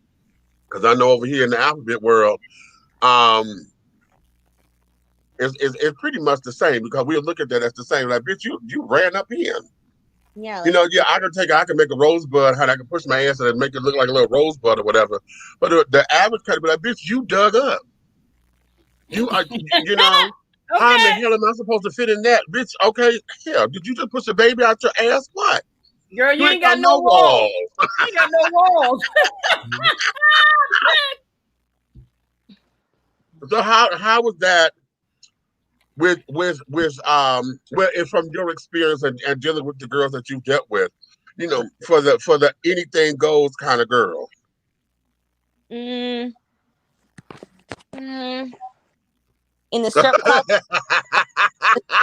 they get it up straight up, and in the other life, still gets probably beat up, or people just be, I don't know, nothing. Report ad.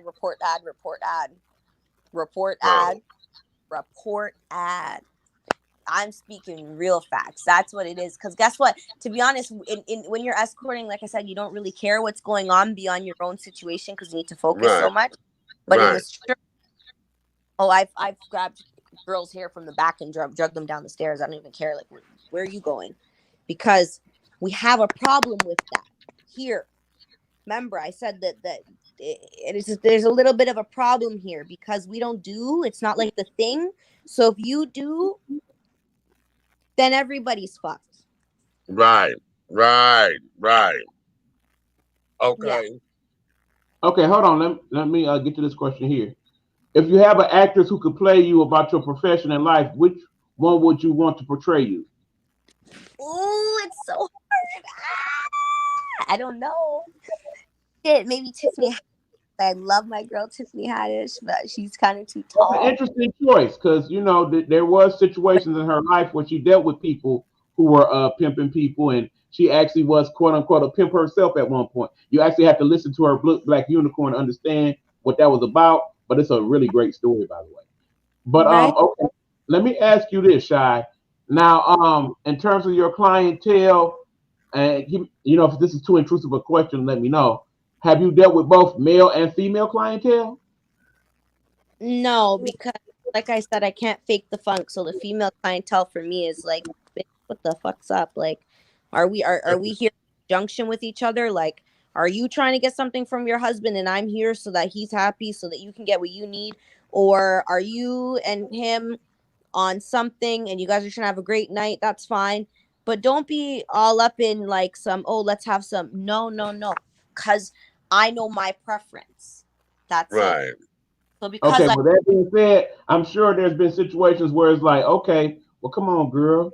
We could do some stuff and you ain't even got to worry about the penis and all that. I got money just like that. Girls text me all the time. I don't have time for it. See ya. Next. I don't do it. I know that's right. Because it's I don't know what it is. And even when girls call my phone, for me it screams human trafficking. So really? Screams superhuman trafficking to me. I don't know what it is you want. I don't know why you want me to come link up. Sometimes you'll be in the same hotel as a girl. A girl will call your ad and be like, hey girl, like I think I seen you downstairs. Like, you know, I have a good client. He's coming in a couple hours. Would you want to do the duo with us? Absolutely fucking not. No. Yeah, no. It's always something weird. 100%. Why? Because like I said, I may bring bitches to the water, but I don't make nobody drink shit. But I'll tell you, bringing to the water takes a lot of creativity, and that's some creative shit that I'm not interested in. Let's go here with that sex trafficking, because now that we have a term, I don't really like the term trafficking, because shit, it ain't trafficking shit. Hey, you know, kidnap, just call it what it is. You know, kidnap somebody, okay, and snatch them, and then you got them up under coercion and brutality to make money for you. Now that's the craziest thing. I don't understand how freaks up put that in their mind that they gonna snatch somebody up to make them make some money for them. Anyway, in this, and it's now become a thing. Georgia is a hub for it. Okay.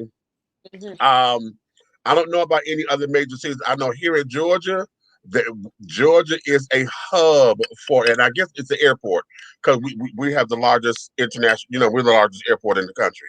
So with that, how is it that you educate other girls on how to look out for that kind of thing and how to trust their instincts?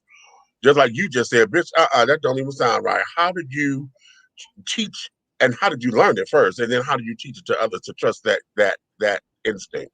Nosy, so I'd always pay attention. Like if you're working with me as my partner, like, or we're like doing duos together, buddy system, I'm really nosy. So I'm listening in anyways to see what's going on. And I really care about people's safety. So I'll be like, no, sorry, I heard it, not even feeling it. Are you feeling it? Because I'm not feeling it. And I'll let them know exactly why.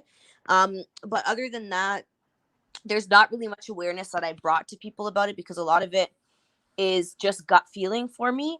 Right. And not something that's comfortably talked about in Canada, because there's a weird like thing where people think it's not like here. Like, dig it, right.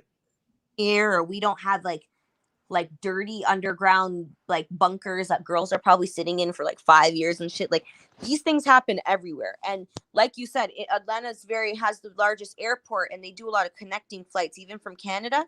Right. But if you're connecting in Atlanta, right? So it's a hub, but we're already multicultural over here. So we have the Asian mob, the Indian mob, which runs transport trucks. So who knows what's being transported across from the States to here, back and forth. Right. We have them white folks up in Parliament Hill and shit. So you just don't know what's going on. So I haven't really been able to share my interest and my knowledge, because I think it's just not like something that we talk about here. Wow, very interesting. Okay, well, before we move on, y'all, I want to take another quick commercial break. When we come back, I kind of want to get to some of the particulars, if you don't mind. You know, there's questions I'm sure some of these people want to add, a little too shy to do, so I'm going to try to, you know, navigate some of those, if you don't mind answering them. That is shy. Feel free to not answer if that's the case. And like I said, we got another half hour, so yeah, let's talk about those things, and we'll ask some more questions. And we are here with Shy Glow Hard, and of course my cohorts, my partners in crime, your boy Derek, Big Meech, and myself. This is Get Off My Lawn Live, the After Dark edition. I see y'all out there. I'm looking at these numbers. Y'all like what y'all hearing. That's cool. So when we get back, we'll talk a little more. We're not asking for your permission. We're not seeking your approval. We're claiming what's ours in the name of our ancestors. We are their answered prayers. This is more than a movement. This is a revolution. Black innocence. What are yours today?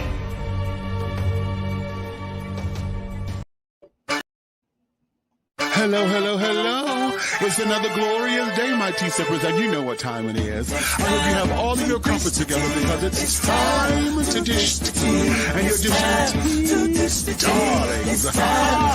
With Big Meech.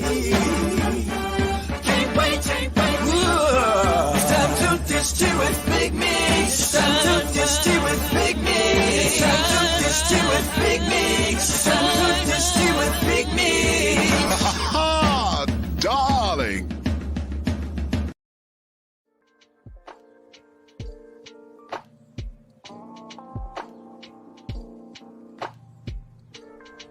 be on the lookout for Israel's Room. That's Israel's Room, coming soon as part of the Nighthawk Network.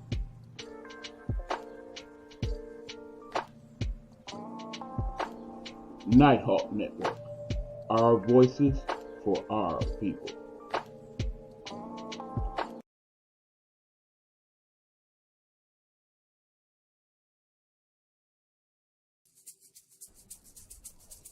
This is Get Off My Lawn Live. Join us as we talk trending topics, world and local issues, and the conversations that we need to talk about as people.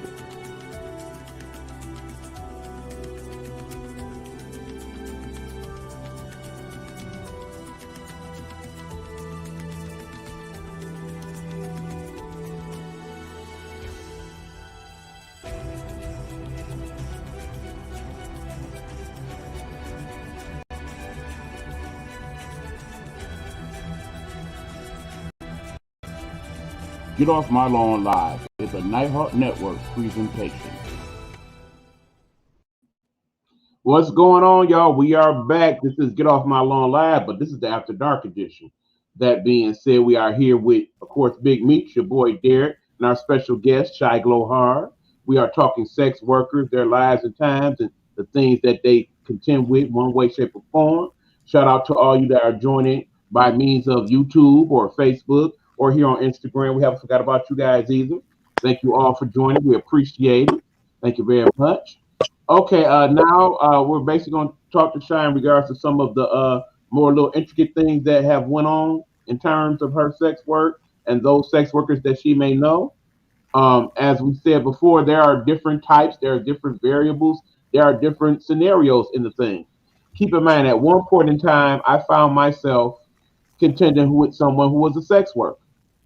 Let me quickly tell the story. Basically, this young lady was a young lady that I would see at night coming home from work. I basically saw her out there on the streets. Yeah, I put two and two together that, yeah, that's what you're doing. But in the same token, that was not what my intentions were, because that was during a time where it was very cold outside. And I felt like for whatever reason, she was doing it, but I did not want her to be in a bad situation. So that one particular night I pulled over and had the young lady sit in my car, and I had a discussion with her. And basically she told me that, yeah, I'm out here and I'm having, sex for money and what have you. I don't want to have to do this, but this is what I got to do to support my habits. And come to find out, yet some of her habits were drug related.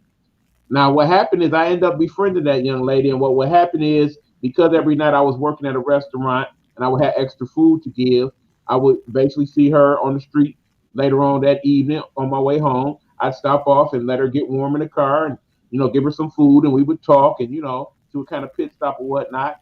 And then basically, she go and get out the car and I come back home. Now, what happened was at one point, she decided that she no longer wanted to be a sex worker, that she wanted a legitimate job. And of course, at that time, I had become a hiring manager where I was. So what happened was I actually got her job working at a location that was different than mine, mind you, but, working for the company. And what happened is I would take her to work every day, drop her off, and then I would go to my pot and go do what I did. So what eventually happened was we became very good friends. And one particular night, as we were sitting here watching the movie, things organically happened to where, yes, I ended up having sex with that young lady. Now, unfortunately, what happened was she lost the job because, of course, bad habits run hard. And because they made her the cashier and she got back to doing drugs, they basically caught her stealing. They fired her. And sure enough, soon after, she was back on the streets. Now, because of that, I chose not to deal with her anymore because I was hurt by that, to be quite honest. I felt like, one, I set you up to succeed and you failed yourself in that regard. But also because, what went on with us that one particular night, I started to have some type of feelings for you. And I could not contend with the fact that, okay, now you're back out here having sex. It wasn't so much that, it was the fact that I know why you're having sex is because you're trying to support that drug habit. And unfortunately, because of that, she found herself in a situation where she overdosed one night and she was no longer with us. And unfortunately, I found that out because one person that happened to know that I was the person that was come and get her and give her something to eat. One night happened to palm me at the gas station on the way home and told me, yeah, that's what happened to your homegirl. She OD'd. You know, she basically got involved with this guy. He was pimping her. And, you know, basically he was trading the money back for drugs and so on and so forth. One night she made all kind of money. He let her get as many drugs as she could, and she OD'd from that. So, you know, that is that story in regards to sex workers. I find it unfortunate because, like I said, outside of all that, she was good people. But because she had those personal demons and she couldn't leave them drugs alone, that's what led her to her demise. Now, I know, Chai, you are a sex worker, but of course you know other sex workers. Are there other people that you have known that basically some bad things happen beyond, like you talked about the things that happen to you? Do you know people that basically worse things happen to them? Yep. I know girls who have went out west, which is where all the oil rigs are, and it's a big money place in Canada, and they've never come home because they go missing. I know like, you know, I think bad things happen to everybody in every industry, though. I don't think sex work is extremely more dangerous than job. And that's just my own opinion, because like I said, if you are being aware of your surroundings and being safe, you should be very limited situations that you run into. But it is very dangerous when you're under the influence, or if you're working with a pimp, because then all of a sudden, you know, maybe you would have went home after 1 or 2 clients a day, but maybe your pimp's pushing you to make that quota. And that last client that you're trying to get to make that quota, that could be the client that kills you because, you know, greed, and you're not thinking, and your judgment's clouded by the fact that you're trying to make something out of whatever it is. You know, I know girls who have been raped multiple times by clients, so often that they don't even understand what rape is anymore. They just think it's a part of work. Fuck this asshole. In the strip club, clients will shove their finger up your shit, and you know, you'll tell the bouncer, and the bouncer will tell them to get out, but no one ever really wonders how that feels for the girls and things like that. Like, it happens, it's bad, but it comes with the territory. And I think a lot of people take responsibility when sometimes when getting into the job, because you know that there's those dangers, and also you make the decision. Sometimes not everybody makes the decision to be in it. There are things that contribute to that, but once you're in and you're willing and you're going to work and you're dolling yourself up every day, you're remaking that decision every single time, when you could have changed it if it was that dangerous for you, you know? Yeah. Okay, let me ask you this. Okay, of course you've been a sex worker for a few years. During that time, were you in any legitimate relationships? And if so, did they know about what you did in regards to being a sex worker? Yeah, because I'm an oversharer. And it sucks because, you know what? I should have just kept things to myself, because I would have been a lot further and had a lot more money. And I would have taken care of a lot less people's kids or sons. Okay. And also it gives them this mental thing where you're less, or that they're not secure, or maybe jealous. Yes. Okay. Yes. Or they're jealous, or, you know, stuff like that. So let me ask this, because I want to take this into those other areas where folks are doing the same thing, but we don't call it sex work. For instance, like you said, you get all dialed up and you do this every day because it's a mental thing. We don't talk about, and we don't see it as sex work, because we think that this is a wifely duty or a husband's duty to please their partner, when you know your intent is to fuck him so that you could get the new washer and dryer, or you get the new TV, or you get the new carpet and carrying on. So you get dialed up and you make him his favorite this and his favorite that and blah, blah, blah, blah, blah, to put it on. So that if you fuck him good, then he'll sit down there and get you what you want. And a lot of folks, they don't equate that as sex work. A lot of folks don't equate. Well, I do. Okay, I do too. A lot of folks don't equate just the idea of well, I call it sexual therapy. But you know, when you sit down and you're playing cards or whatever, and y'all in the couples forum, and you guys start to exchange ideas of what works for you and what doesn't work for you, that's sex work. Because if you are licensed, you'll be a sex therapist.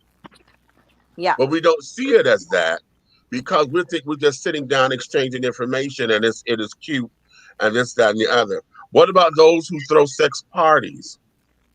You know, those who sit down there and make a coin, honey, because they got the big orgy party going on, honey. You come here, 10 o'clock, condoms and stuff is secured. You know, it's a closed check at the door.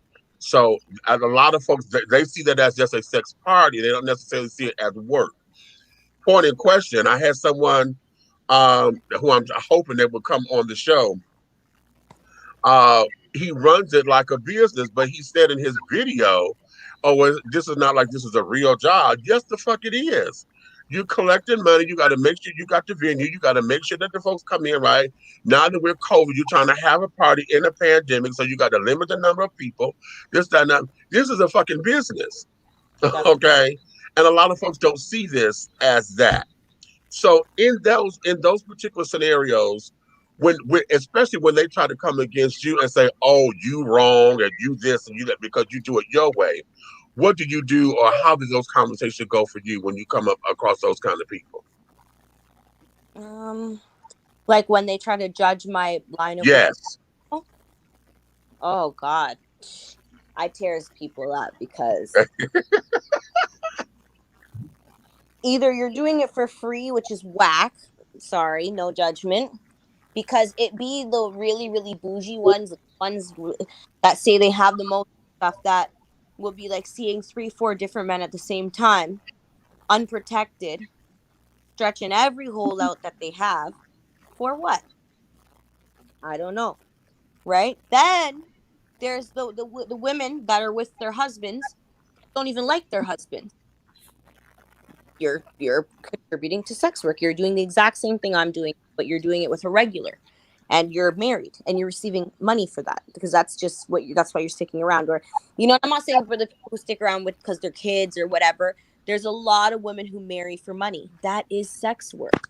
You are just taking, you're in a lifelong appointment. That's what it is. So I really don't care, because I just feel like everybody has their demons. Also, to my, like, and it's not everybody's rebuttal, but my rebuttal is, I take care of myself, and that's all that matters. And I don't give my money away to no man willingly for no reason. Like, I'm not into that ism mind game shit. Like, you can't fucking fool me. You put this right in the bank and do what I need to do with it. And because I have shit, I tell people, well, you can't tell me anything because it got me where I got to go. I never got alone. I've been to college and graduated 3 times. You know what I mean? I have my own business. So that's where it got me, and that I can say something, but I don't want to seem like a bitch, and I don't disrespect my elders or talk slick. Whatever you want to say, you say it. You go ahead, because your granddaughter is probably doing the same thing. And thanks to Backpage and Leo's List, all your grandkids are probably doing the same thing. And you don't even know it. And your sister and your auntie and your mama and everybody else. Because every time you turn around, you're looking at someone who's performing some type of way to contribute to the industry. Right. Now let me ask you this. Let me ask this. And this is gonna take you there. Because faith and traditional faith teachings always say, well, I like to tell this story. You know, they teach us that the story of the talents. This one had 10 talents, went out, came back, and multiplied them. This one had 5, came back, multiplied them, had 10. This one had the 1 talent, but buried it. And was like, you know, I didn't want to do nothing because I knew. And so because they buried the talent, that talent was taken away and divided amongst the other 2. My question to you is, well, first of all, I always tell folks that's a biblical teaching, but they never said what the talent was. And all the time, those who we say are the horrible people, the dope dealers, the prostitutes, the sex workers, the this, you know, scam artists and this, that, and the other. Even though those who are doing it with ill intentions and carrying on and at the detriment of others, and those that I said, those who are doing it for those reasons, are the narrative of the story. My question to you is, what do you think was your talent or talents, and how have you been able to multiply your talents to take you to your next level?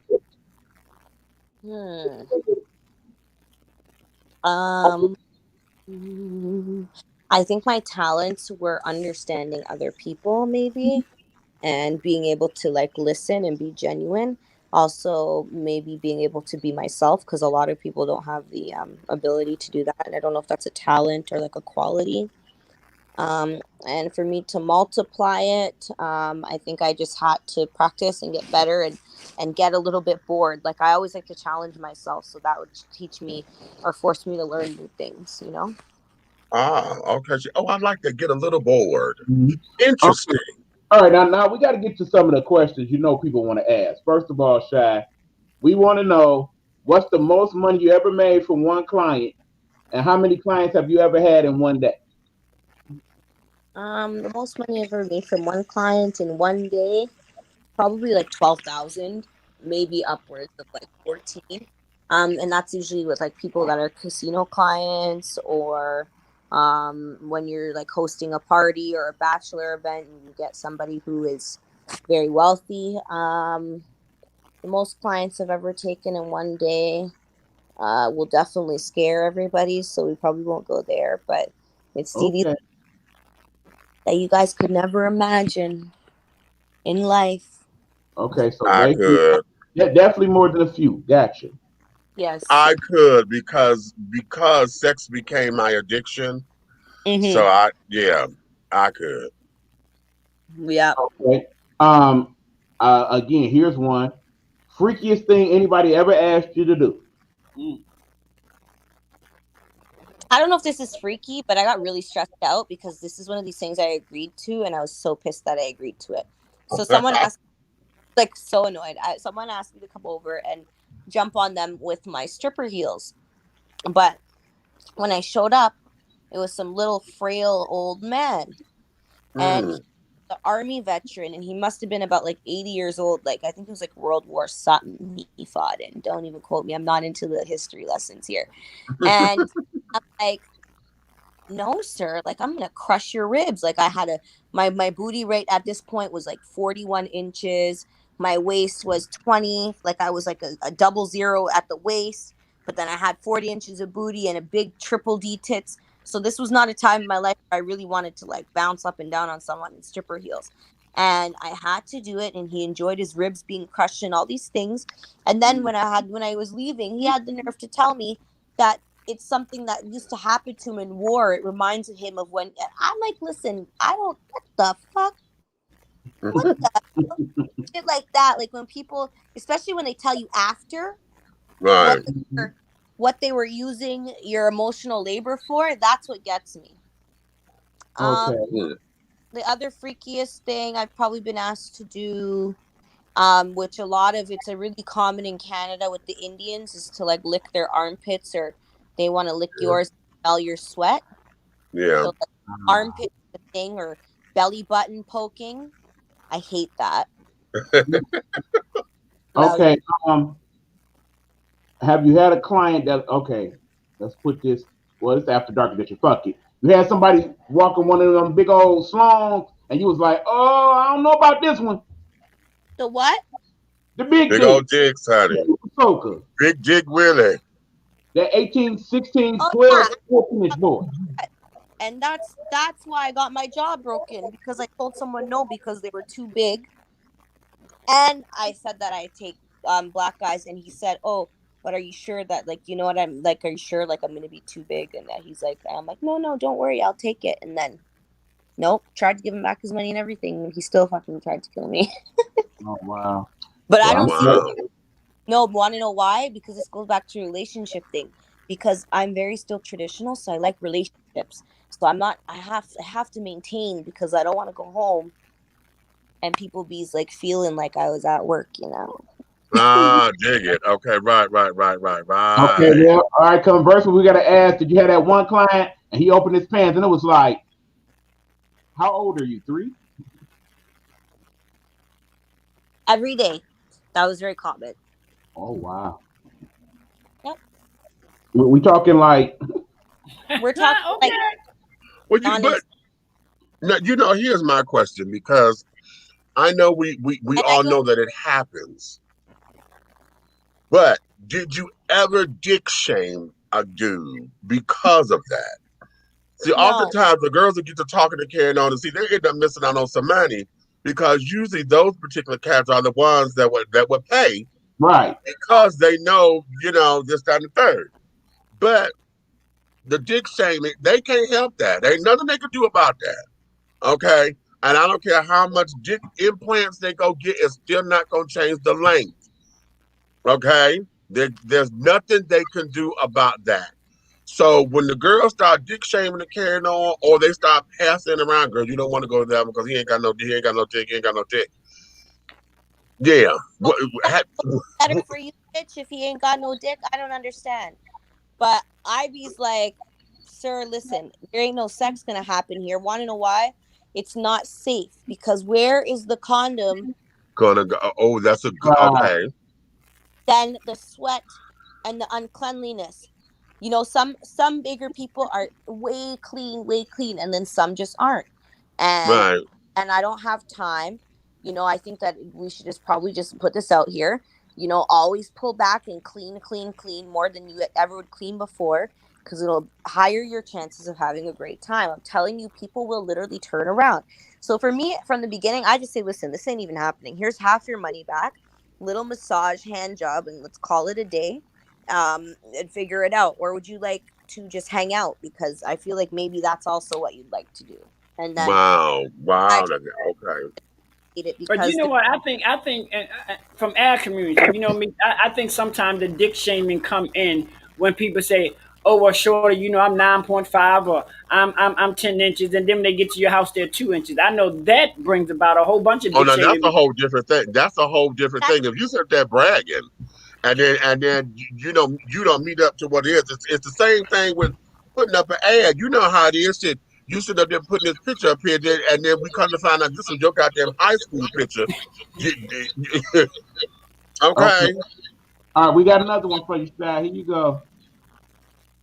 Hey, darling, do you ever do a strap on your clients and they go sex crazy?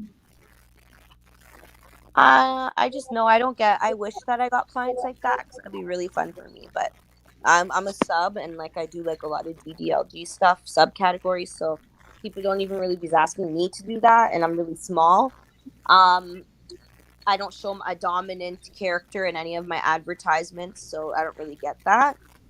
Okay, what about role play or cosplay? Yeah, role play and cosplay is great. Totally get that a lot. A lot of role play, but my role play, we have there's a lot of verification and agreements that have to be agreed upon verbally before even anything, because it gets dangerous. It could be dangerous. Okay, hold on.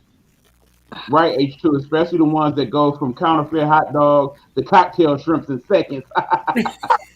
Yeah, let's talk about it. Just a little tip. I think that people actually do that because it turns them on.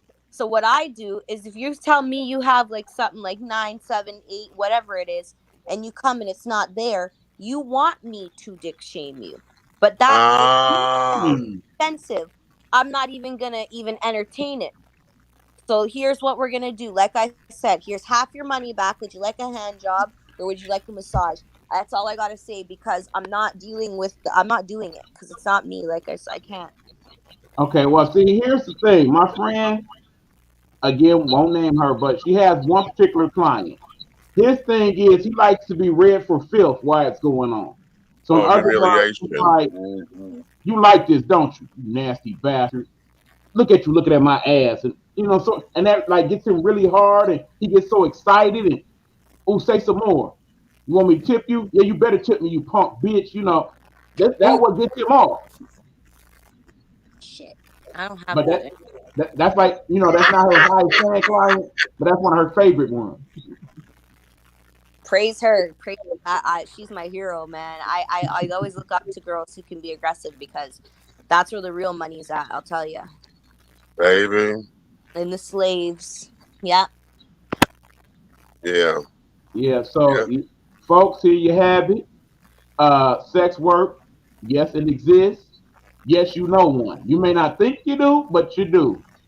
And if in the end you got your bills paid, or you got your car note taken care of, or washed, or any of that, guess what? At some point, you was a sex worker too. Okay?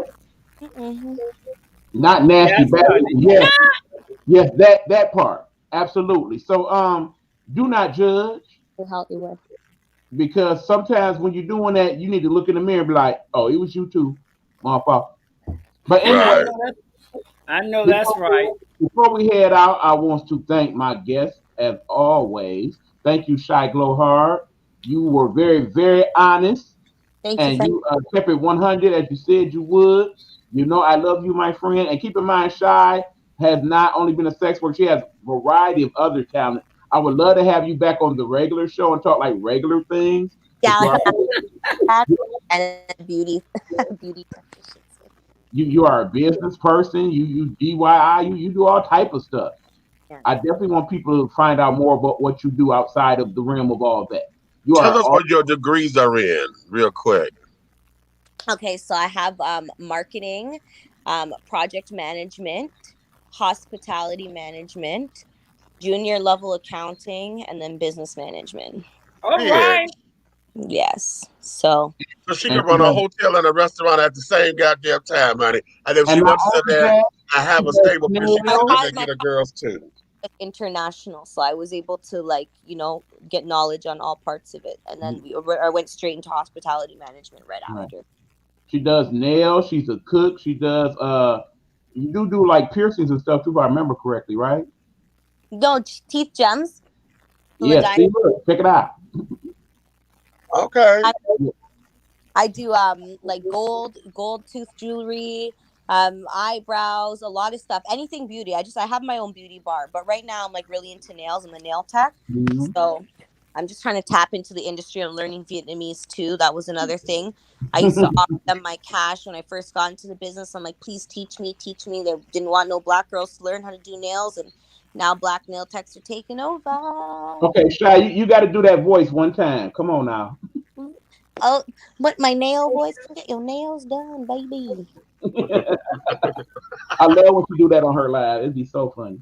But yeah, thank you so much, Shy. I appreciate you coming. As always, I thank you, my family, for being part of the interview process. Thank you so much, guys. I love you so much, and thank you for having me. It was really nice. Oh, honey, it's a joy. Absolutely. I appreciate you, Shy, very much. I'll talk to you soon, my friend. That, my friends, was Shy Glow Hard. She was an awesome guest, was she not? So tonight's show was very, very informative. I learned a couple of things. I think we all did. It's really weird because that's why I tell people, even on my show is not a gay show, but we talk about topics that reach everybody, straight, gay, bi, tri, or whatever. You know, when you came up with the topic tonight, you know, I went to look at it, you know, even as people being in the industry, being on the other side, meaning the person that buys the sex worker, compared to the person that is the sex worker. Right. But like I said, that perspective from the other side, that was very intriguing. And like I said, you know, that's definitely a conversation we can get into later on down the line in terms of the other end and what that's about. But I really felt like we learned a lot in regards to the thought and the mentality, particularly somebody who is business minded in regards to it, as opposed to just going into it as, okay, I'm fucking and they're gonna give me some money and that's that. Okay, Yeah. here go my boy JoJo. Check him out. Eric, I see y'all sweating like a steamed chicken all over your body with the information. I have to catch this on the replay, but everything I heard thus far was, yeah, you definitely want to check this out again. For those of you who only got part of the show, didn't see the whole thing, by all means, when you go into my YouTube channel, that would be this thing right here, y'all. First of all, y'all see where Alright. that right there. Okay, then when you go in, you're gonna find a video. It's not gonna be Game Time Audible though. It's gonna be the After Dark edition. Make sure you put that little thumb thing right there and like it. You know, if you want, share it with your peoples. And then afterwards, go on back here and you see that part where it says subscribe. Make sure you do that. And while you're doing that, when you go to edit channel, go to my channels, and you're gonna see all these brilliant people who also do fine work here on the Nighthawk Network. Like that brother right there, Big Meech, and that brother right there, Derek. They got shows. Let's talk about it for a second on the way out the door. You know how we got to do. We got to promote the network, y'all. These my people. We got Hey Bitches Live, comes on Monday at 9 p.m. Who we got next week, Derek? Well, next week we have the young entrepreneur and the young film. Well, his film is ready to be premiered. He was on the show before. We have Keith Ebony Holt. He will be there, and we're going to be talking about the comparison of what people see on Pose compared to the real ball world. All right, then. And then, of course, Friday, Saturday, and Sunday, we have Dishes of Tea with my man's Big Meech, Aunt Nikki, and Big Red. What you got going on tomorrow? Well, here's the thing, honey. This week, we're only going to be on Saturday because the donut factory done snatched my big ass, and I have to work overnight on Friday and overnight on Sunday. So that's from 11 p to 7 a. So Saturday we will be up and running, and hopefully we'll be on time because this coming Saturday, Big Red and Mrs. Red are having a baby shower for the granddaughter that is about to be. Okay. So we'll be over there with them, and hopefully we can wrap up in time so we get back to the computers and things and get all this together. But yeah, but this week is going to be a little stressful as far as us being there. I'm a little bummed out because we got so much stuff that goes on in the week. And I know y'all cover stuff, but sometimes I don't want to come behind everybody because I feel as though I'm coming behind it late sometimes. But at the same time, I like to have stuff breathe. You know how you got to let wine breathe? So that when we come in with a fresh perspective, I can sit down there and do my thing with it and flip it the way that we do. So that there was that. But yeah, we'll be on this particular Saturday this week, and then we'll move on. Mm-hmm. All right. Well, okay. Well, you know, between me and Derek and the people in the Nighthawk Network, we'll figure out some things to get the time slots with. But you know, we're gonna miss you, but we'll definitely be there Saturday to see what you got going. Absolutely. Okay, going on, y'all. We got Monumental Moments in God's Word. You're gonna start finding that earlier in the evening on Thursdays, around about 5 or 6, because my cousin also has a new show she's doing on Thursday called No Weapon Formed Against Us. Ah, come on now. Here this evening for those of you who are, matter of fact, here we go. Checking in right on schedule here. Yeah, he got to breathe too. Absolutely. We know that. We know that, cuz. Now, I really hope, cousin, that you did not see mass parts of this particular episode. I warned you ahead of time not to watch this one, okay? Do not go back on the replay and watch any of this. This is not. Yes, you do. Yes, you do. Just because she got curious, she know what it's all about. Yeah, I mean, if you read her book, well, never mind. Okay. Well, wait a minute. Wait. No, don't. Now I have a question for the three of you. Which sex acts that you've experienced was the best that you've ever had in your lives? Good, bad, or both? Well, honey, let me start with this one. Let me tell you. Cousin. Turn the camera off. Please turn the camera off. I have great respect for you. I'm going to give you a few seconds to do just that. Okay? Yeah, I understand. But honey, yeah, that being said, turn the camera off. Bye, cousin. Good night. Yeah, please. Or at least turn the mic off. Okay? Well, honey. I want her associated with it any way, shape, or form. All right, go ahead. My best act, my best act, it just requires so many things. You know, the guy's looks was put up his body. So, you know, maybe I'm being superficial, but having all that was a contributing factor to it being what it needs to be, because the sex, let me tell you, the sex was so good. I could have went to Virginia, dug my mother up, and slapped the shit out of her. Wow. But first of all, let me tell you, I didn't, because I know if I slapped her, she would have slapped me the hell back. But But it makes you think about it. I mean, it was like, the sex was, Y'all got excuse me. I'm being real. I mean, the sex was so good to the point that I was into it so bad that I had to turn around and make sure it was to the. Oh Lord. I understand. You feel me? I was like, wait a minute. This shit. I I'm like, wait a minute. understand. I Is it? Oh, understand. it is you. Yeah, that's. Yeah, that was I the good. understand. That was the real good. That was just so good that Okay. no matter what he done, that he could have probably called you dumb, honey, and you still would have Oh, given it to okay. him. Well, what you say that's one of those words. How someone say you don't know good D? Bitch, that was Like what I was I like. know good D, Meech, baby. Meech, it was one of those times that I was ready to clutch my own pearls. Do you hear How me? about that? You know what? And I think I really believe that each one of us who have been sexually active, that is, and understand a good experience, because there are some of us who have been traumatized because it wasn't, and it traumatized them, and they have not been able to recover. I have a friend of mine who is gay, but he was sexually molested by his mother. And he identifies as gay, but you know how we used to try to had sex in 1975, as a joke. And he said that to me that 1978 was the last time that he actually tried to have sex.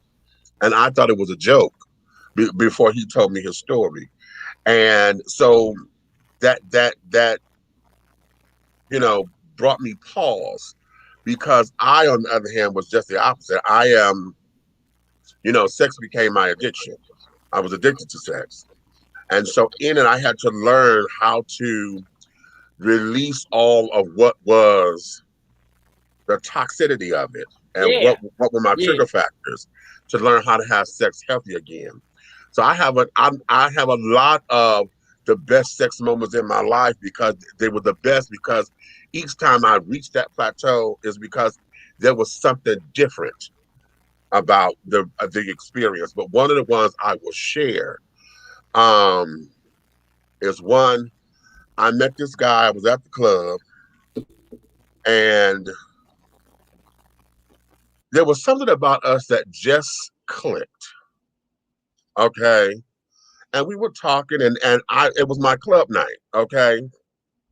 No, it wasn't my club night. I was on the show. I was part of the house cast that on that particular night. And so me and the guy got to talking. And so I had taken him back to my dressing room. And we were talking and talking and talking. And then next thing you know, we got to kissing and holding and touching and feeling.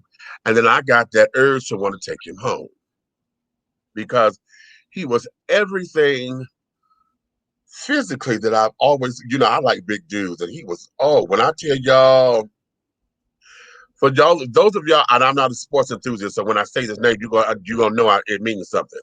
But for those of y'all who think about Jerome Bettis, okay, Jerome, oh my God, from McKenzie High School. Okay, Jerome, Thank you, cousin. honey. Good night.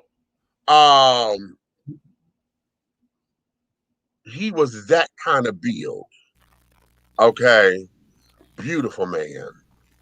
And now, prior to me meeting him, let me put this little proviso up in here. I had been kind of like in a little drought at that particular time, right? And shit just wasn't happening for me. And I just said, Lord, I just need a touch. I just need a good old touch now. Okay. And then I met this guy. I don't even remember his name. All I know is he was everything that I wanted physically in a person. And then that night, he treated me. Oh, Let's talk about it. Okay. oh. He just treated me, I won't say like a woman, but bitch, a bitch felt puss. Okay. A bitch felt puss.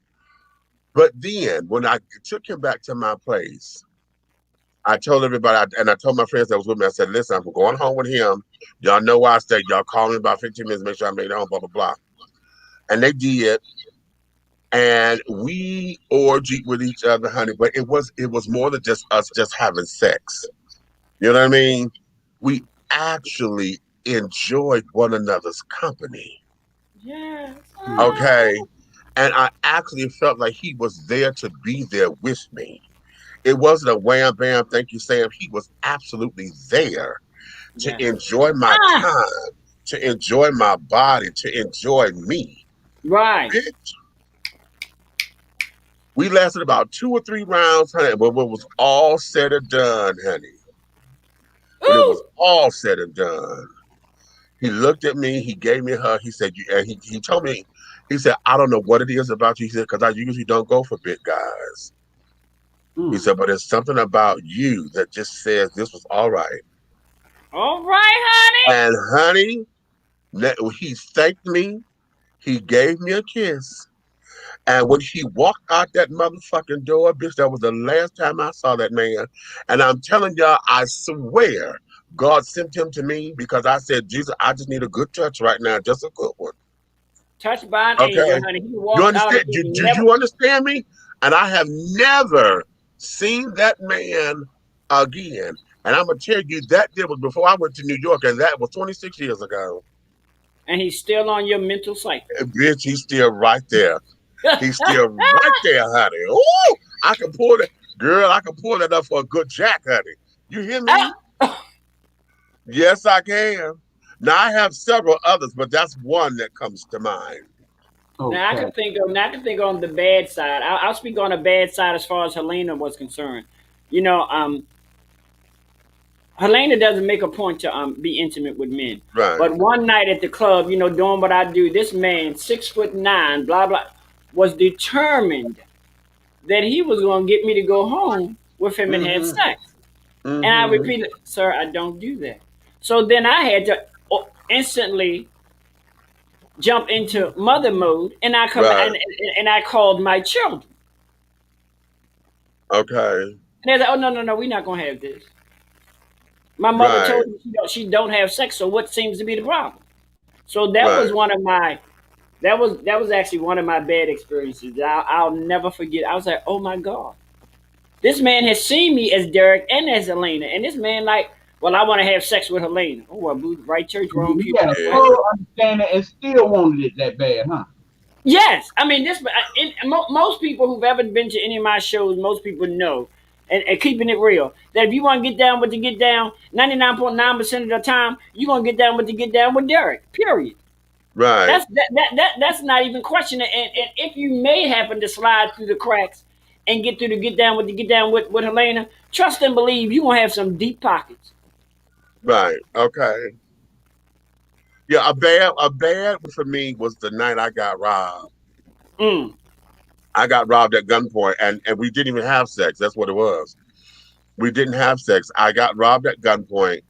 I was at the bar, another bar. I had just got off work. I changed my clothes to go out, wanted to have a cocktail, and I let these two guys talk me into a scene, right? Now, mind you, it was real easy for me because I tell you, sex is my addiction. So I'm used to doing 5 guys at a time. Okay. Yeah. So I just had 2. I was like, oh, well, shit, this is a piece of cake. You know, that's what I thought. And the one guy, he had me by at least 6 inches in height. I'm already 6'4", right? He was a tall ass. Yeah. And when we got in the car, he wanted to sit in the back seat. And I was concerned about that. I said, you sure you want to sit back there? Because you're so much taller than me, you might be comfortable. He said, no, I'm good. I said, all right. So we on the freeway and carried on. And, you know, they touching all over my breasticles and things and talking that little shit. Now, my mind went to, okay, I'm trying to figure out where we were going because I was like, okay, if shit go wrong and they don't want to take me home, I know where I am so I can get home, okay? Well, I had the right thought, but didn't know it was going to go like that. Because we went on 75 South. We came up at 6 Mile. So when we turned left, we were going to 6 Mile. We had just got to 6 Mile in John R. And the next thing I know, I had got hit in the head. No, he put something up on my head. He said, empty all your goddamn pockets. And I'm like, fuck is this? I'm like, what do you have on my head? And I turned around and I grabbed the gun. And the dude said, oh my God, this nigga just grabbed my shit. He just grabbed my shit. And so he panicked and just hit me. in the back. Oh, and bitch, when I tell you a bitch saw stars and I didn't whirl into my Wonder Woman costume, bitch, I'll tell you. Ooh. Okay. Ooh. So then the driver, he turned the car around and they got back on 75 going back south, going toward downtown. And the guy in the back seat, he wanted him to throw me out on the freeway, right? And the guy was, so they arguing back and forth with each other because he's like, "What the fuck are you doing, man? Just shut the fuck up. We need to tell this motherfucker to empty his pocket." So we came up at what do we come up? We came up at Holbrook, I think it was. That's the Holbrook exit. And so we went over, I forget the name of the street right now. It escapes me. So we came up, we parked. And the guy in the backseat, you know, he wanted all of my stuff. So I had my wallet. I had like $67 in cash, like $5 in coins. And I had just got my bus tickets for the week, okay, to go back and forth to work. So I had like $20 or so in bus tickets.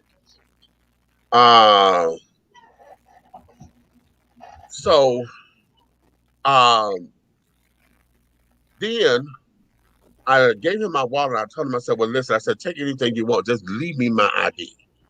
So I don't have to try to get my ID and prove myself with everything.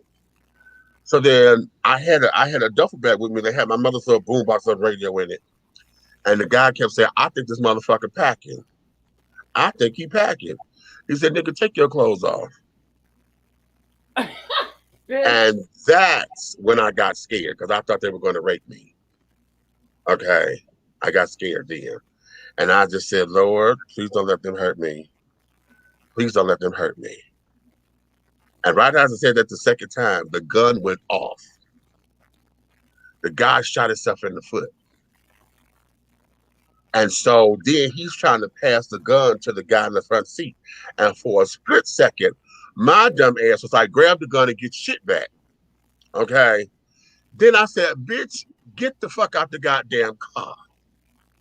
So the guy that was driving, he then grabbed the gun. He pointed at me. He said, listen, get out the car. He said, just walk forward. Don't turn around. So at that point, I said, well, bitch, you got a 50-50 chance. Because if you don't get out the car, you're dead for real. Okay. If you get out the car, they may not do nothing they just made, but you got a 50-50 chance. So I got out the car and I had to grab my pants because my pants was falling and carrying on.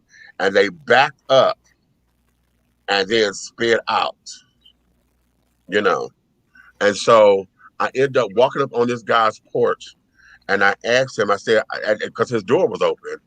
And I went to his porch. He came to the door very aggressively. What the fuck you want? I said, oh, wait. I'm sorry. I didn't mean to interrupt you or disturb you. I just wanted to use your phone to call the police and my mother because I just got robbed. And I said, well, that's all right. I'll leave. And I was turning around because I'm still shell-shocked. And he said, come here. And I said, no, I'm okay. At the time I was. And so he made me sit down and tell him the story. All right? And then when I told him, it dawned on me what happened. And that's what it hit. Bitch. You know? And so I kind of broke down a little bit, but I was keeping it together. And so he said, he told me he didn't have a phone. And I said, well, okay, I got to get to my mother and I got to get home. So, but he made me promise him to come back to his house. He said, if you don't come back, I'm going to take you there. And I never went back. Well, not to his house. I rode down the street.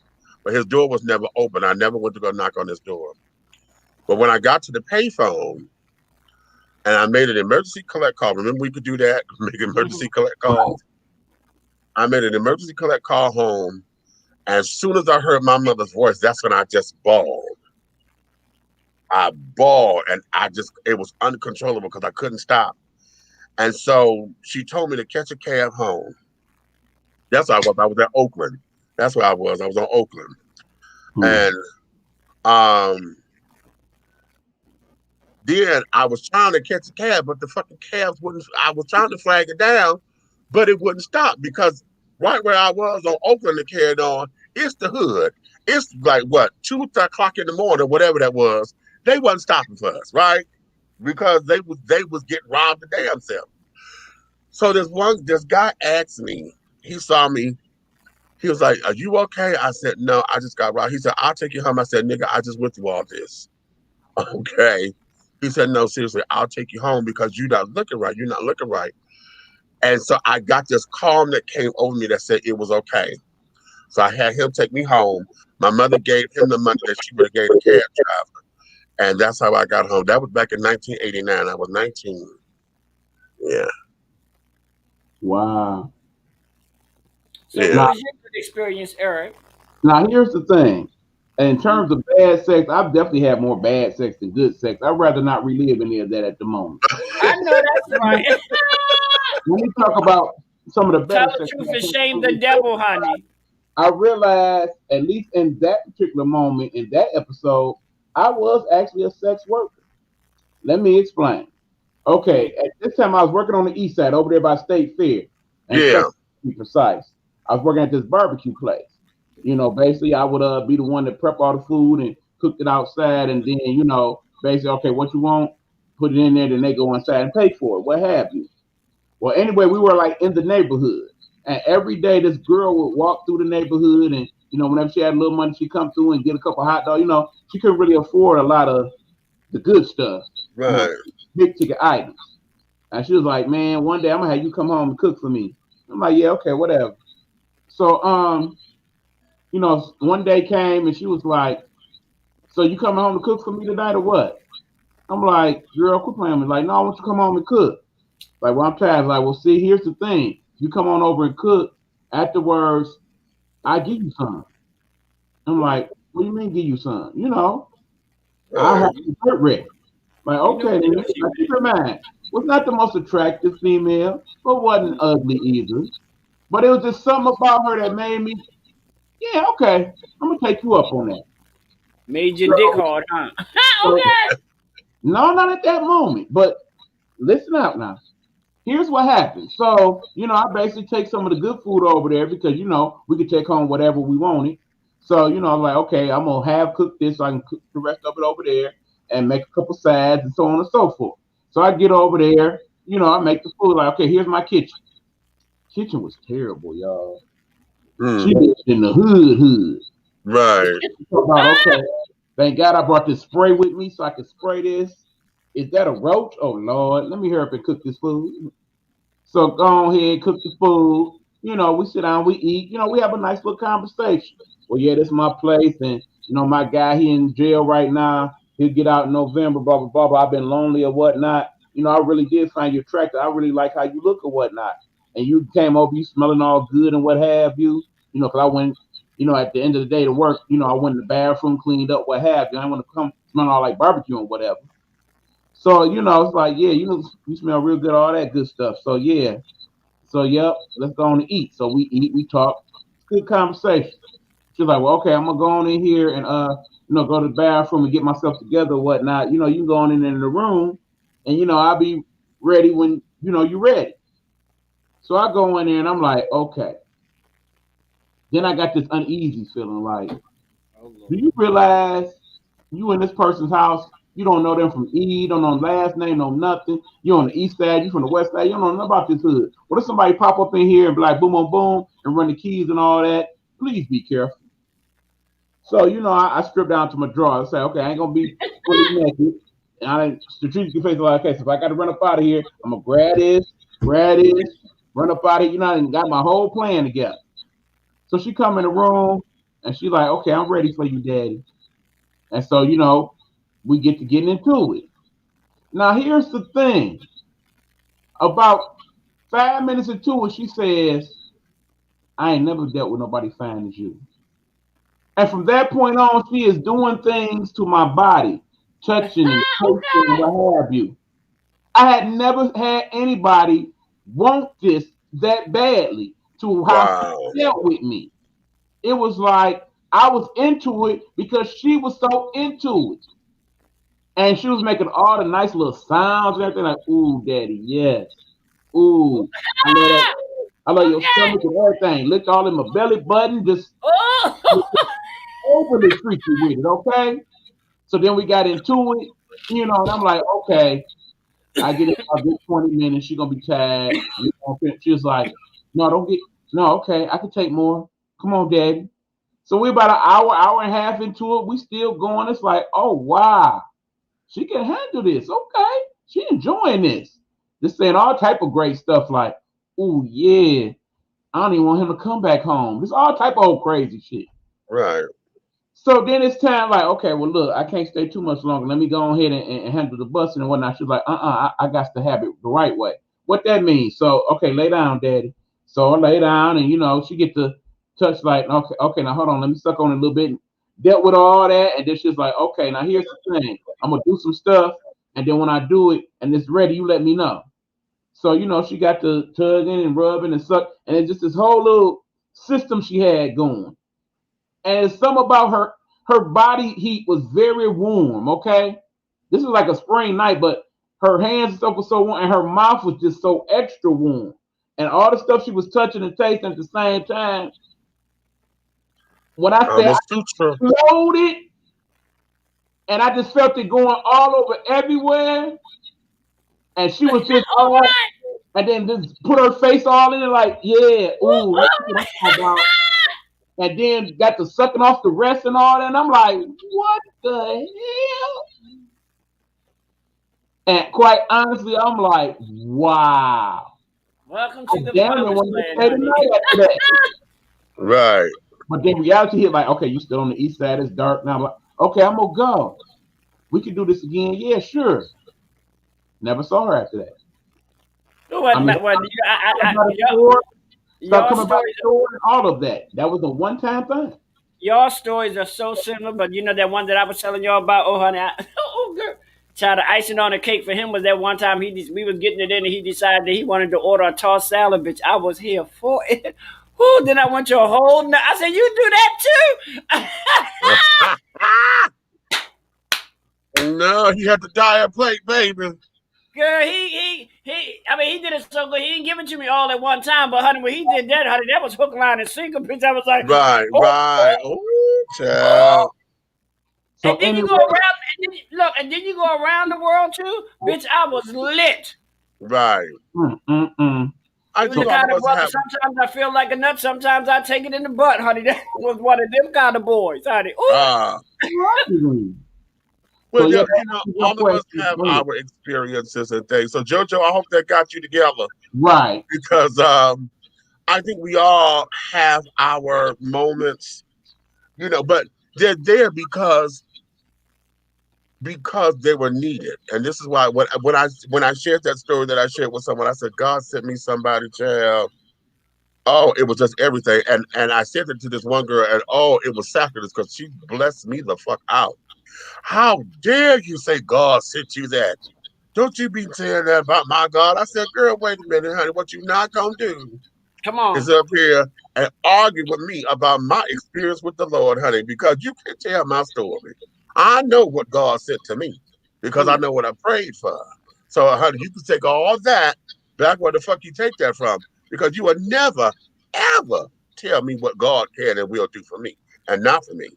So, but I think all of us have that because at the time that we got it, it was needed, to build us, to touch us, to show us that we can and are loved, that we can be loved, to show us that we're desired and all of those particular things. Because, child, to know that I think we have more than one, because there are peaks and valleys in all our lives. Yeah.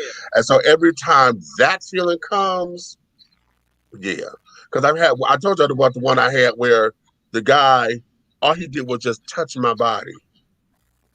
There was no penetration. There was no oral sex between us. He just touched my body, and the way how he touched me, I got up from that experience crying. I was crying all in it because I never knew that I could be touched like that and feel love. And it was a white guy that did it too. And you know what? I'm gonna tell y'all something that's gonna blow your mind. And you know this person, the guy that I was in a 10-year civil union with, 10 years. I never once had one of those moments with him. Wow. Never, ever, ever. The sex was okay, but I never, ever had one of those moments with somebody that I was with for 10 years. Okay. So that being Yeah, said, but let's go on and wrap this thing up. It's been a very interesting episode of the After Dark edition indeed. Now, like I Wrap it said, up. Use a condom. I made some okay, hold on. All righty then. you ain't all that damn green. You got children too. Child, don't play with it, honey. Conversation tomorrow. I'll talk to you, Barbara. But Right anyway, church, wrong pew. at any rate, folks, this is about to end this episode. Like I said, we're not gonna do the After Dark edition as much, y'all, because like I said, I know y'all love it and whatnot, but we kind of want to leave y'all wait for more. And it's certain aspects of it we like to get into. We like to find some great guests like we had tonight with Shy Glow Hard, so we can have a really good discussion like this one was. So, we will have one again probably next 2 or 3 weeks. Until then, y'all be good. Y'all stop lying about stuff, okay? Y'all know y'all keep it 100. You know you was a sex worker, bitch. Shut up. Okay? Girl, Well, don't. I'm gonna catch up on Miss T.S. Madison experience on today the season finale. Right on. Okay. Do what we do.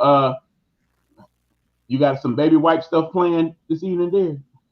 No, I'm actually listening to some music, and I'm actually trying to get some people. I don't know how I'm gonna do it, but I just want to get some people together, and collectively we can have a viewing party of the premiere Pose. Oh yes. May 2nd. Yeah, May that's what I want to 2nd, try to baby. do. I don't know if we're Okay. gonna do it, via Zoom or whatever, but I just think that's something that I want to try to do. Okay, well, we trying to conquer all the other platforms. We might well do some on Zoom too. Why not? Okay. All right. All right. So yeah, shout out to my peoples, your boy there, Big Meech, and of course to our special guest Shy Glow Hard. Thank you for joining us. Thank all of you for joining in the comments and whatnot. We will talk to you again next time. Tune in tomorrow. Oh wow. Well, we'll figure out something for tomorrow. But definitely tune in for Big Meech. And we'll go from there, y'all. Until next time, remember, as we always talk about, as the great Stan Mason has once said, life is not a Trump rally. Wear your damn mask, y'all. COVID is real, especially if you're here in Michigan. Do you hear me, y'all? Quit playing. We out. Oh, that's right. Forgot. After Dark Edition don't got no so we just out.